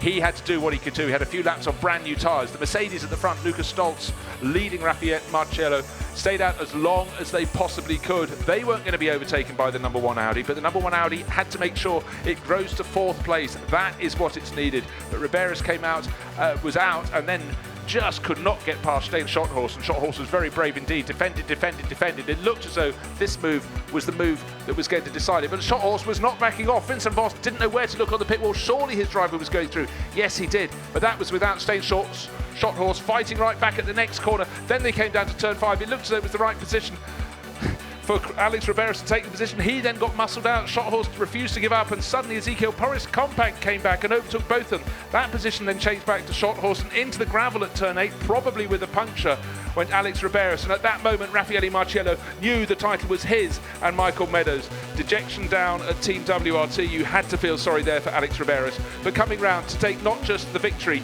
but the overall Sprint Cup title. Raffaele Marciello could watch on for the pit stop because Michael Meadows had done the job. Delight down at ACA ASP. That is it for the 2018 Sprint Cup.